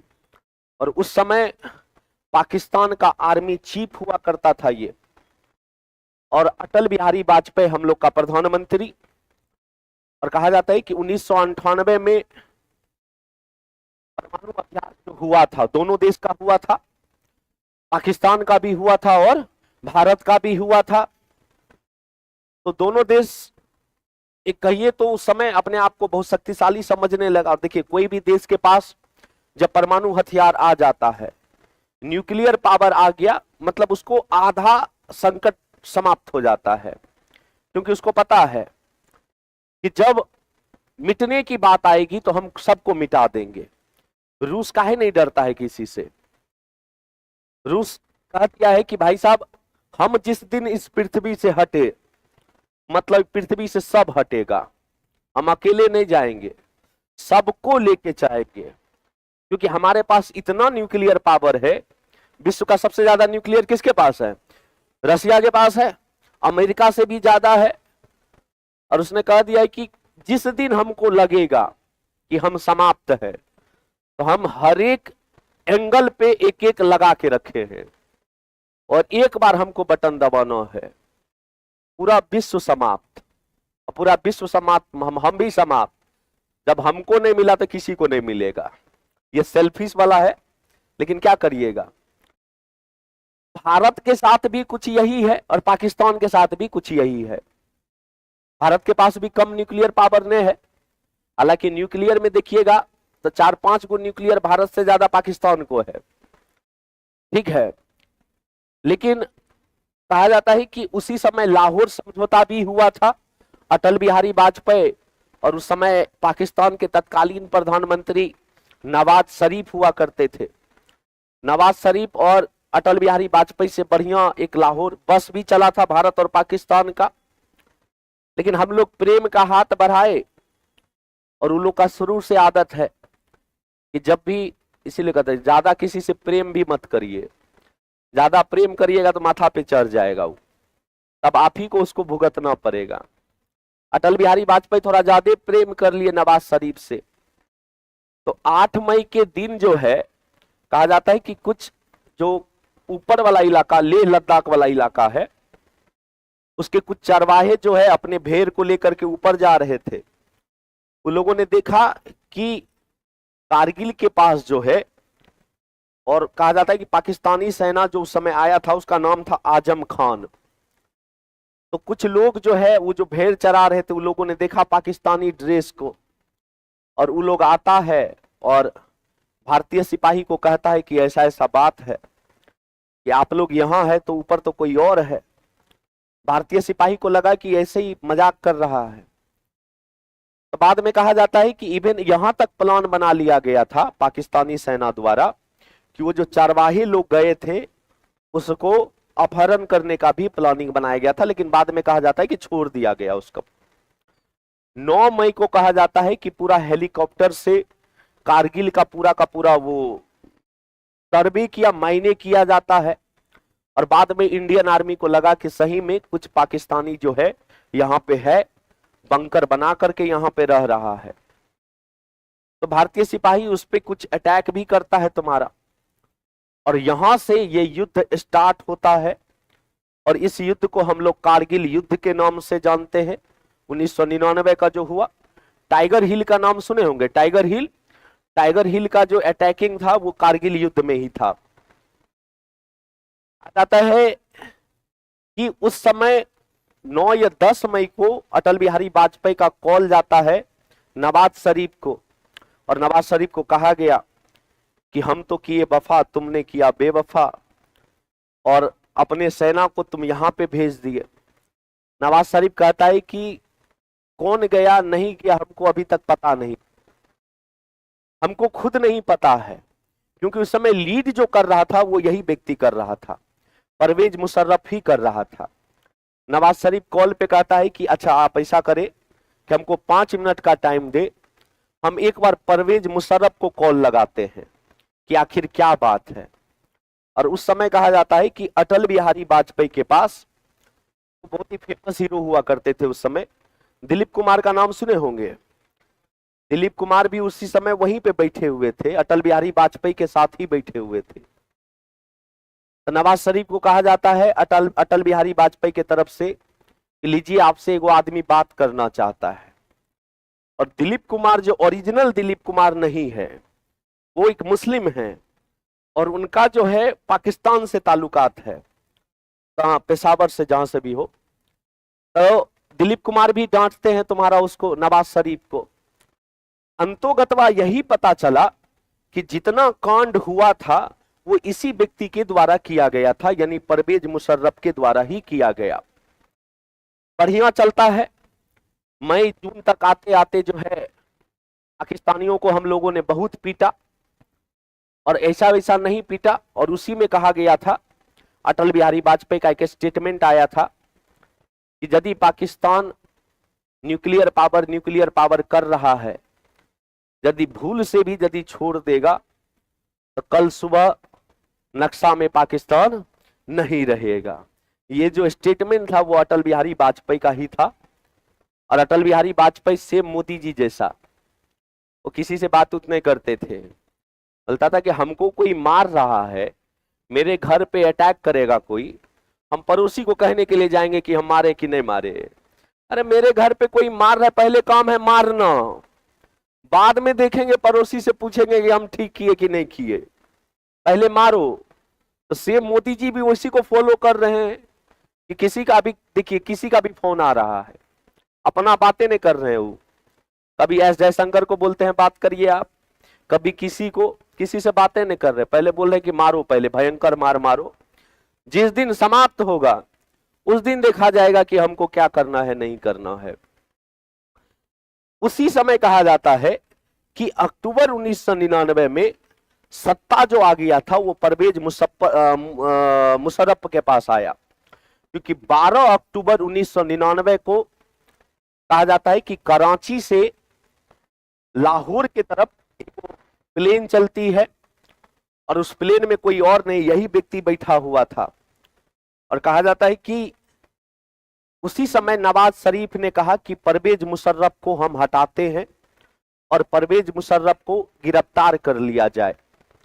लेकिन चूंकि सेना का चीफ था ये, और पूरा का पूरा सेना इसका बात मानता था, कहा जाता है कि जिस नवाज शरीफ ने कहा कि परवेज मुशर्रफ को पकड़ लिया जाए, इसको सेना से हम हटाते हैं, उसी परवेज मुशर्रफ ने उल्टा हमला किया और नवाज शरीफ को हटा दिया, और परवेज मुशर्रफ पाकिस्तान का जो है अपने आप को राष्ट्रपति घोषित करता है। और यहीं से ये परवेज, हालांकि बाद में 2008 में हटिए गया ये आदमी, तो परवेज मुशर्रफ का यही कहानी है। पाकिस्तान में सत्तारूढ़ मुशर्रफ का संवैधानिक संशोधन कब हुआ था? 2002 में हुआ था।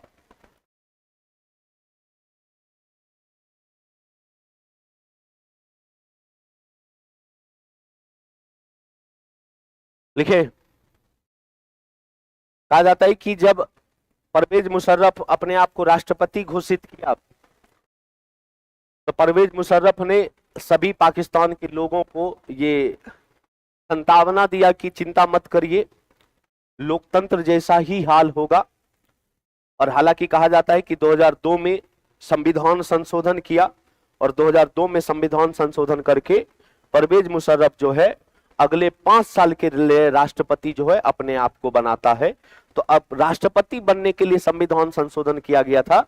कब किया गया था तुम्हारा? 2002 में। क्लियर है? प्राचीन नेपाल में शासकों का चुनाव किस प्रकार होता था? राज परिवार द्वारा होता था।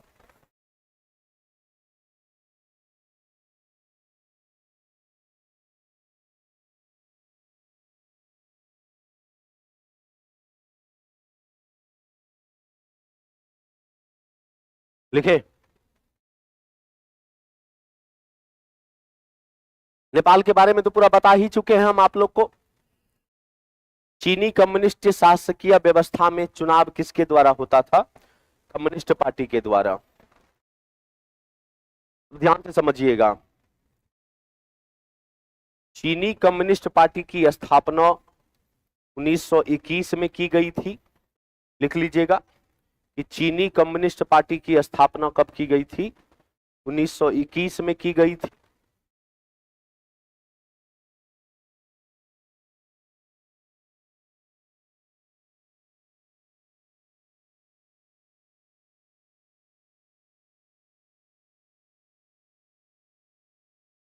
लेकिन चीन के बारे में कहा जाता है कि जब द्वितीय विश्व युद्ध समाप्त हुआ, द्वितीय विश्व युद्ध कब समाप्त हुआ? 1945 में समाप्त हुआ। और कहा जाता है कि चीन में 2 गुट के पीछे लड़ाई होती है। एगो जो चीनी राष्ट्रवादी गुट था और दूसरा चीनी कम्युनिस्ट गुट के साथ। और चीन में करीब करीब 4 साल तक गृह युद्ध चलता है, 1945 से लेकर के 1949 तक। 1945 से पहले चीन को ज्यादा पावर नहीं था। चीन को जब मन तब जापान वाला मारते रहता था। जैसे देखे होंगे कि बचपन में कोई ऐसा होता है कि जिसको 2-3 थाप 4 थाप जब मन तब मार देता था। लेकिन वही आप अभी जाइए तो थोड़ा बड़ा हो गया है, आप उससे मुंह नहीं लगाइएगा और आप बोलिएगा कि तोरे मारते थे हम बचपन में। यही था तुम्हारा चीन का किस्सा। चीन को बड़ी मार मारता था तुम्हारा जापान। जैसे ए बोला पटाक बैठ। लेकिन 1945 में जब जापान सरेंडर किया, हिरोशिमा और नागासाकी, परमाणु बम कहां गिरा है? वही गिरा, हिरोशिमा और नागासाकी। सरेंडर करने के बाद जो जापान से चीन डर रहा था, वो चीन अपने आप को एक खुला माहौल में अपने आप को जो है वो ढाला। लेकिन ये ज्यादा दिन हो नहीं पाया और चीन में गृह युद्ध चलता है। 4 साल का जो गृह युद्ध चला, जो 1949 में समाप्त होता है, उसमें कहा जाता है कि कम्युनिस्ट पार्टी की जीत हुई। और कम्युनिस्ट पार्टी का जो उस समय नेता हुआ करता था, उसका नाम था माओ त्से तुंग। और कहा जाता है कि माओ त्से तुंग ने 1949 में चीन को अपने अंदर लिया और जो राष्ट्रवादी गुट हुआ करता था, जिसके चलते गृह युद्ध हुआ था, राष्ट्रवादी गुट सारे के सारे जो है वो लोग भाग करके चल गए थे ताइवान। ताइवान का नाम सुने हैं? ताइवान चल गया। और इसीलिए यही कारण है कि चीन जो है वो ताइवान को अपना क्षेत्र मानता है। ताइवान वाला कहता है कि नहीं, हम उसका क्षेत्र नहीं है, लेकिन चीन का कहना है कि ताइवान भी जो है वो चीन का ही पार्ट है तुम्हारा। और 1949 से लेकर के कहा जाता है कि 1976 तक चीन में साम्यवादी विचारधारा कूट कूट के भरा हुआ था। 1976 के बाद चीन ने अपनी हर व्यवस्था में रिफॉर्म किया, सुधार किया। और आज जो चीन आपको दिख रहा है, एशिया में एक पावरफुल देश के रूप में माना जाता है चीन को।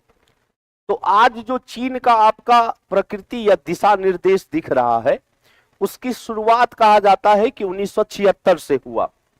क्योंकि वहां से साम्यवादी गुट जो था, जो साम्यवादी ग्रुप जो चीन को चला रहा था, उसने अपने सोच को बदला, अपने विचार को बदला। और वहीं से कहा जाता है कि समाजवादी अर्थव्यवस्था को पीछे छोड़ करके चीन ने कहीं ना कहीं पूंजीवादी अर्थव्यवस्था को अपनाया। और यही कारण बना कि चीन अर्थव्यवस्था में अभी एशिया के टॉप में आता है तुम्हारा।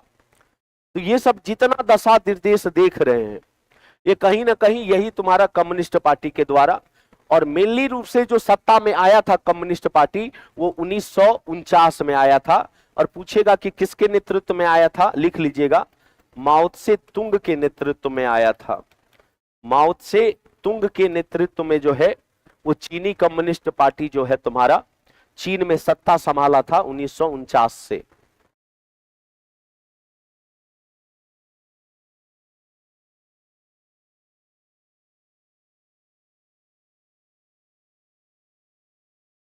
ठीक है, आगे देखिए, एक आम व्यक्ति कितने उम्र के बाद वोट दे सकता है? 18 साल। पहले कितना था? 21 साल। पहले कितना था? अभी तुरंत चर्चा किए थे हम, क्या संविधान संशोधन 61वां ना, 61वां संविधान संशोधन 1988, और प्रभावी कब से हुआ? 1989। और इसमें 21 साल से घटा करके कितना कर दिया गया? 18 साल। कितना कर दिया गया? 18 साल। वयस्क मताधिकार का बात किस अनुच्छेद में है? 326 में। वयस्क मताधिकार का बात जो है वो 326 में, अनुच्छेद 326 में जो है इसका चर्चा किया गया है। क्लियर? आगे बढ़े। मतदान का अधिकार किसके पास होता है? हर वयस्क नागरिक के पास। अब वयस्क बोले तो कै साल? 18 साल।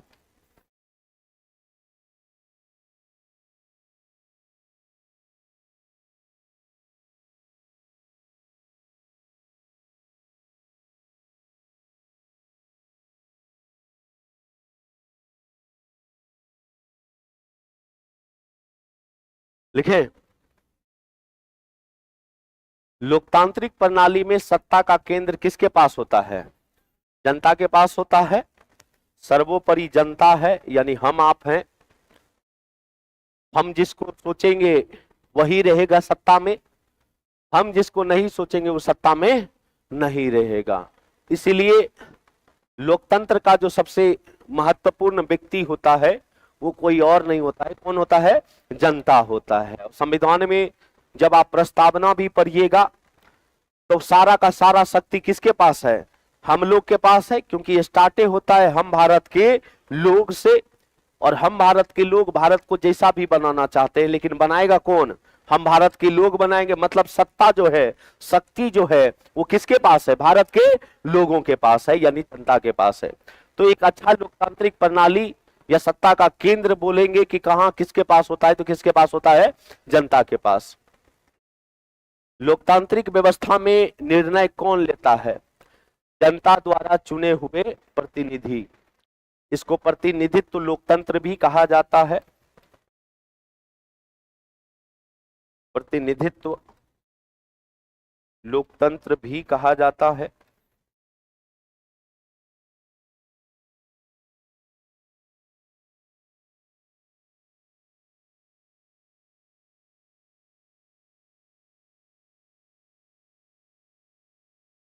लिखे, मतलब हम लोग का काम है अपने रिप्रेजेंटेटर को इलेक्ट करने का, चुनने का। यदि वो नहीं करेंगे, प्रतिनिधित्व लोकतंत्र नहीं रखेंगे, तो पता चला कि सारा का सारा पावर यदि हम ही लोग को आ जाएगा, हम ही लोग कानून बनाएंगे, हम ही लोग उसको लागू करेंगे, तो संसद भवन में, लोकसभा में क्या लगता है? लोकसभा में 140 करोड़ कुर्सी लगा हुआ है। लोकसभा में तो मात्र 543 को कुर्सी लगा हुआ है, और राज्यसभा में 245 को। तो रिप्रेजेंटेटर का मतलब यही हुआ कि शासन तो जनता के द्वारा ही चलेगा, लेकिन शासन जो करेगा वो जनता खुद नहीं करेगा। जनता के द्वारा जो चुना हुआ रिप्रेजेंटेटर है, जो प्रतिनिधि है, वो जाकर के सत्ता संभालेगा। और कहीं ना कहीं इनडायरेक्टली वे में कौन संभाल रहा है? जनता ही संभाल रहा है। अरे जब हम आपको चुने तब ना आप सत्ता संभाल रहे हैं। यदि हम आपको चुनते ही नहीं तो आप सत्ता संभालते हैं? नहीं संभालते। तो कहीं ना कहीं इनडायरेक्टली में कौन चला रहा है? जनता ही चला रहा है। लेकिन इसको जनता के द्वारा बोलिएगा कि जनता खुद जाकर के बैठ के वहां शासन चलाएगा। तो आज हम लोग पढ़ते कि संसद भवन में बैठते, संसद भवन में तब बैठते, झा भवन में बैठबे नहीं करते तब। तो सिंपल सा बात है यहाँ पे। तो हमारे यहाँ जो लोकतंत्र है वो कैसा लोकतंत्र है? प्रतिनिधित्व लोकतंत्र है। क्लियर? लोकतंत्र में प्रतिनिधि कैसे चुना जाता है? गुप्त मतदान के द्वारा।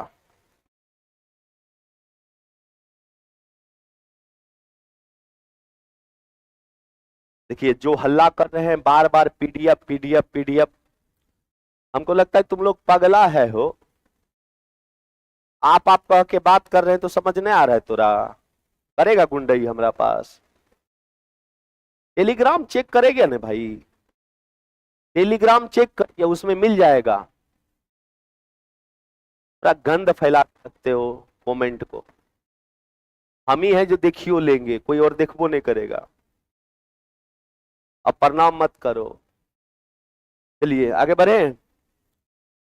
गुप्त मतदान का मतलब क्या होता है? गुप्त मतदान, हाँ, बिना किसी को बताए हुए। एक जनप्रतिनिधित्व अधिनियम है 1951, पीपल रिप्रेजेंटेशन एक्ट 1951, और उसका एक धारा है 94। तो जनप्रतिनिधित्व अधिनियम 1951 का धारा 94 जो है वो यह कहता है कि आपको, यानी जनता को जो भी वोट गिराएगा, आपको अपने वोट को गुप्त रूप से रखने का अधिकार है। और गुप्त मतदान ही अच्छा होता है। गुप्त मतदान में होता है कि आपको कोई जोर जबरदस्ती नहीं कर सकता है कि आप इसको ही वोट दीजिए, आप इसको ही वोट दीजिए, आप इसको ही वोट दीजिए। मेरा मन है हम उसी को वोट दें, और हम जिसको वोट दिए हैं उसको हम गुप्त रखेंगे। क्योंकि हो सकता है कि मेरे कहने से कोई दूसरा अपना इरादा बदल ले, उसके कहने से कोई तीसरा अपना इरादा बदल ले। तो अच्छा लोकतंत्र वही होता है कि जब वहां जो मतदान किया जाता है वो गुप्त तरीके से किया जाए। और ये बात लिख लीजिएगा, लिखिए, जनप्रतिनिधित्व अधिनियम 1951,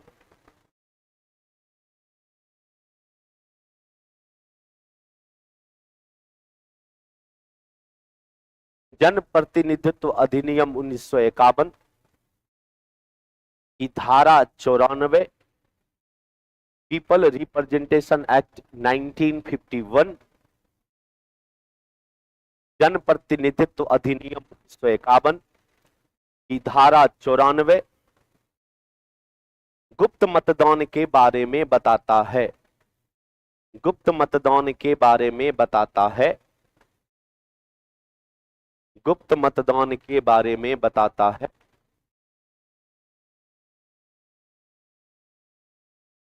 इसका तात्पर्य, इसका तात्पर्य,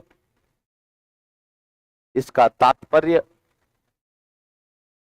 इसका तात्पर्य,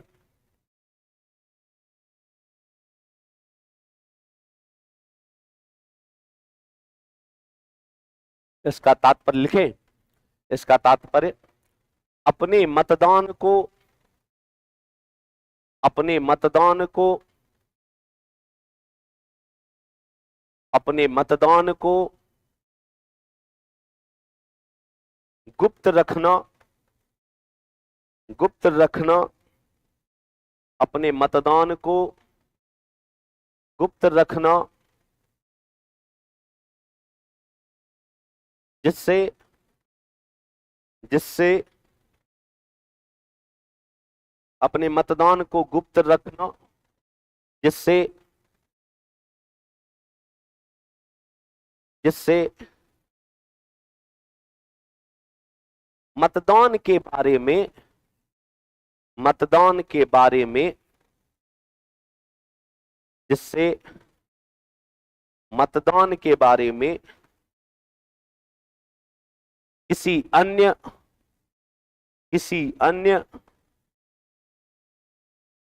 किसी अन्य मतदाता को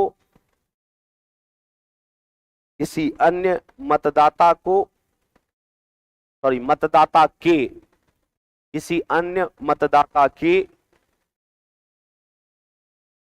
विचार में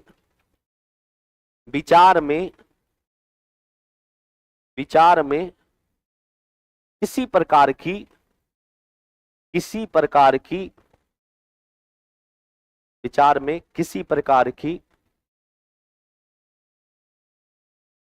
चाहे धर्म के आधार पर,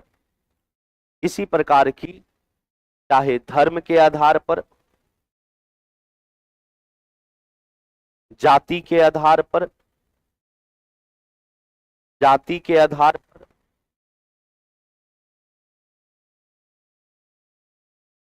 क्षेत्र के आधार पर, द्वेष भावना उत्पन्न ना हो, द्वेष भावना उत्पन्न ना हो, द्वेष भावना उत्पन्न ना हो, द्वेष भावना उत्पन्न ना हो,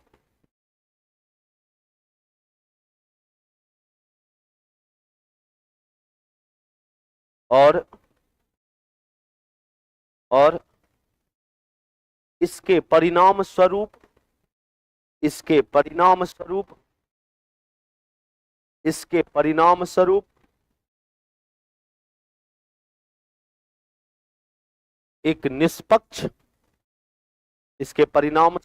एक निष्पक्ष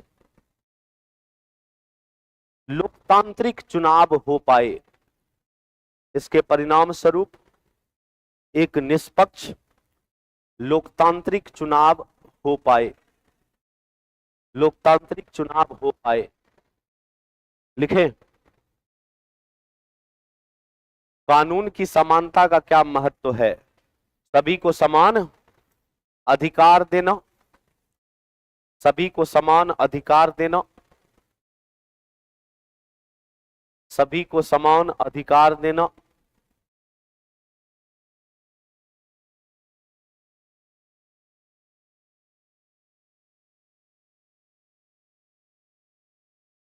सभी को समान अधिकार देना। देखिए 3-4 शब्द को समझिए। एगो होता है विधि के समक्ष समता, इसको इंग्लिश में कहा जाता है इक्वेलिटी बिफोर लॉ, और एगो होता है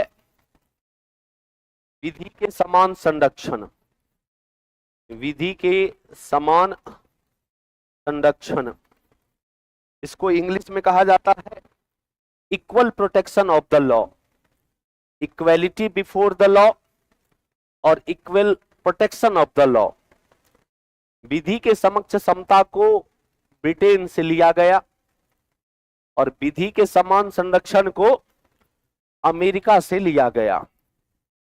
अच्छा, ये दोनों का बात जो है वो मौलिक अधिकार के अनुच्छेद 14 में वर्णन किया गया है।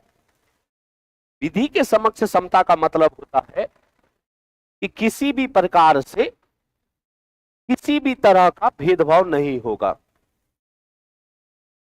धर्म के आधार पर, जाति के आधार पर, लिंग के आधार पर, जन्मस्थान के आधार पर, मूल वंश के आधार पर, यानी किसी भी रूप से किसी प्रकार का भेदभाव नहीं होगा।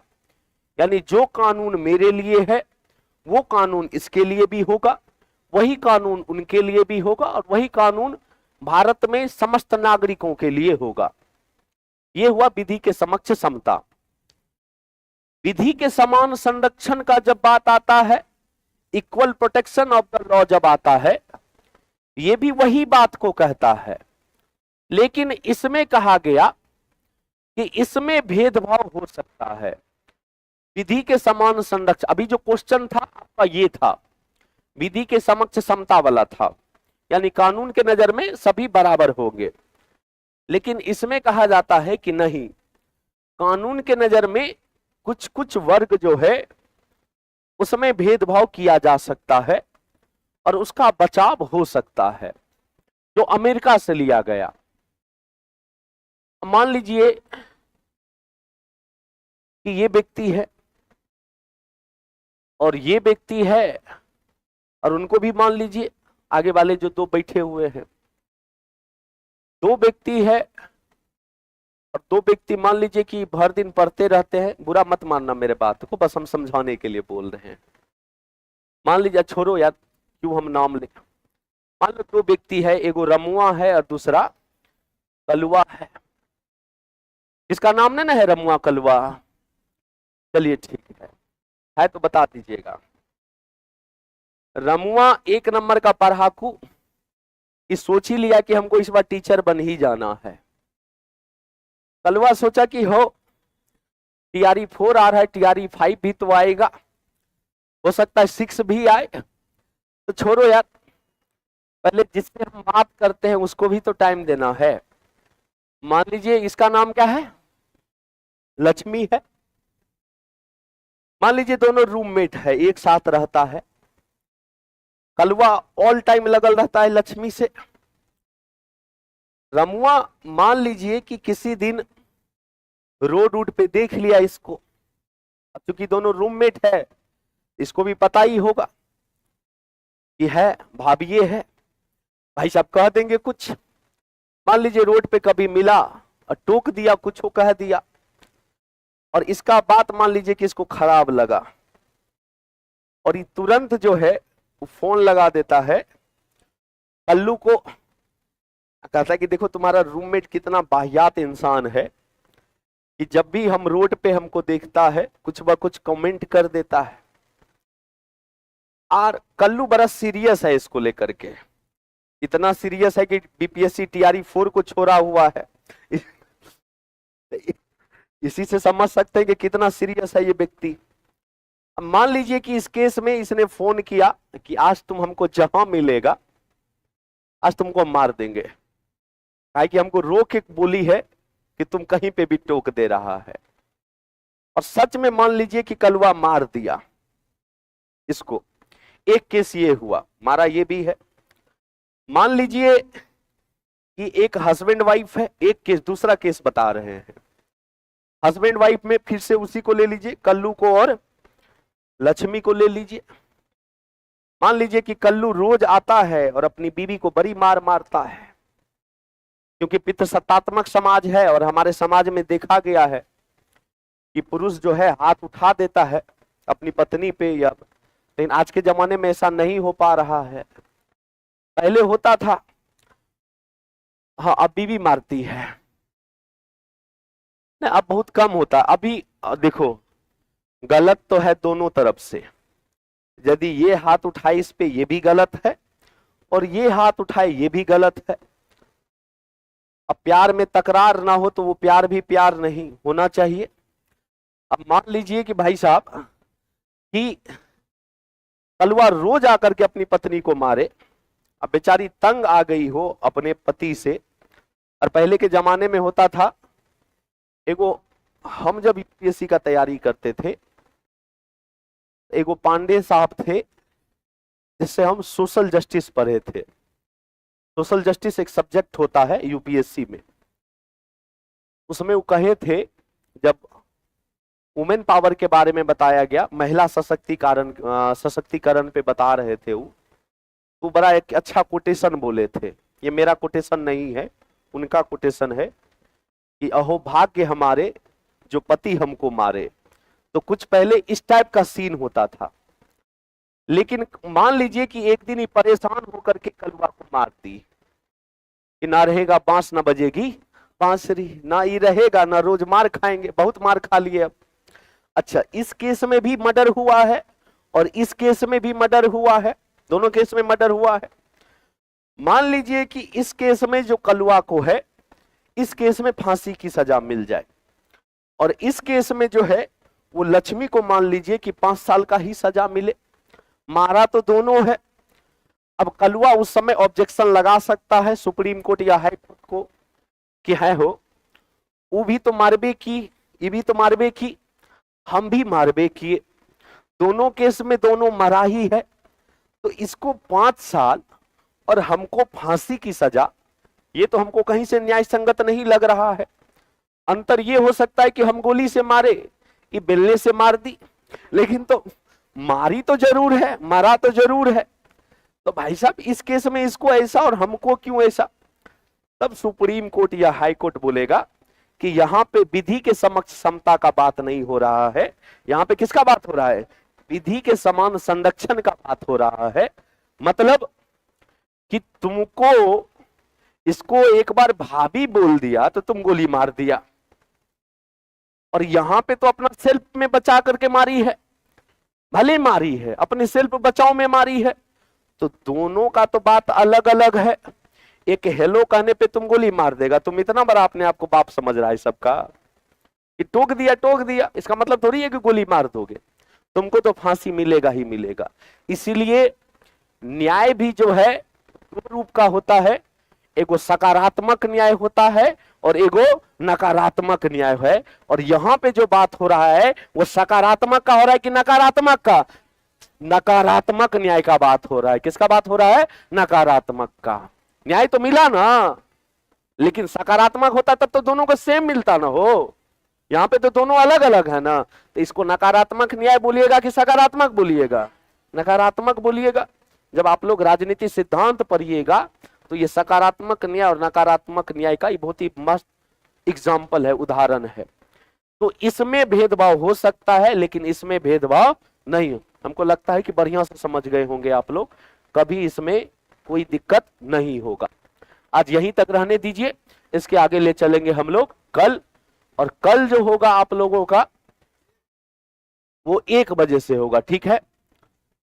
ऑनलाइन वाले समझ आया तो दोस्त 5 दबा दो।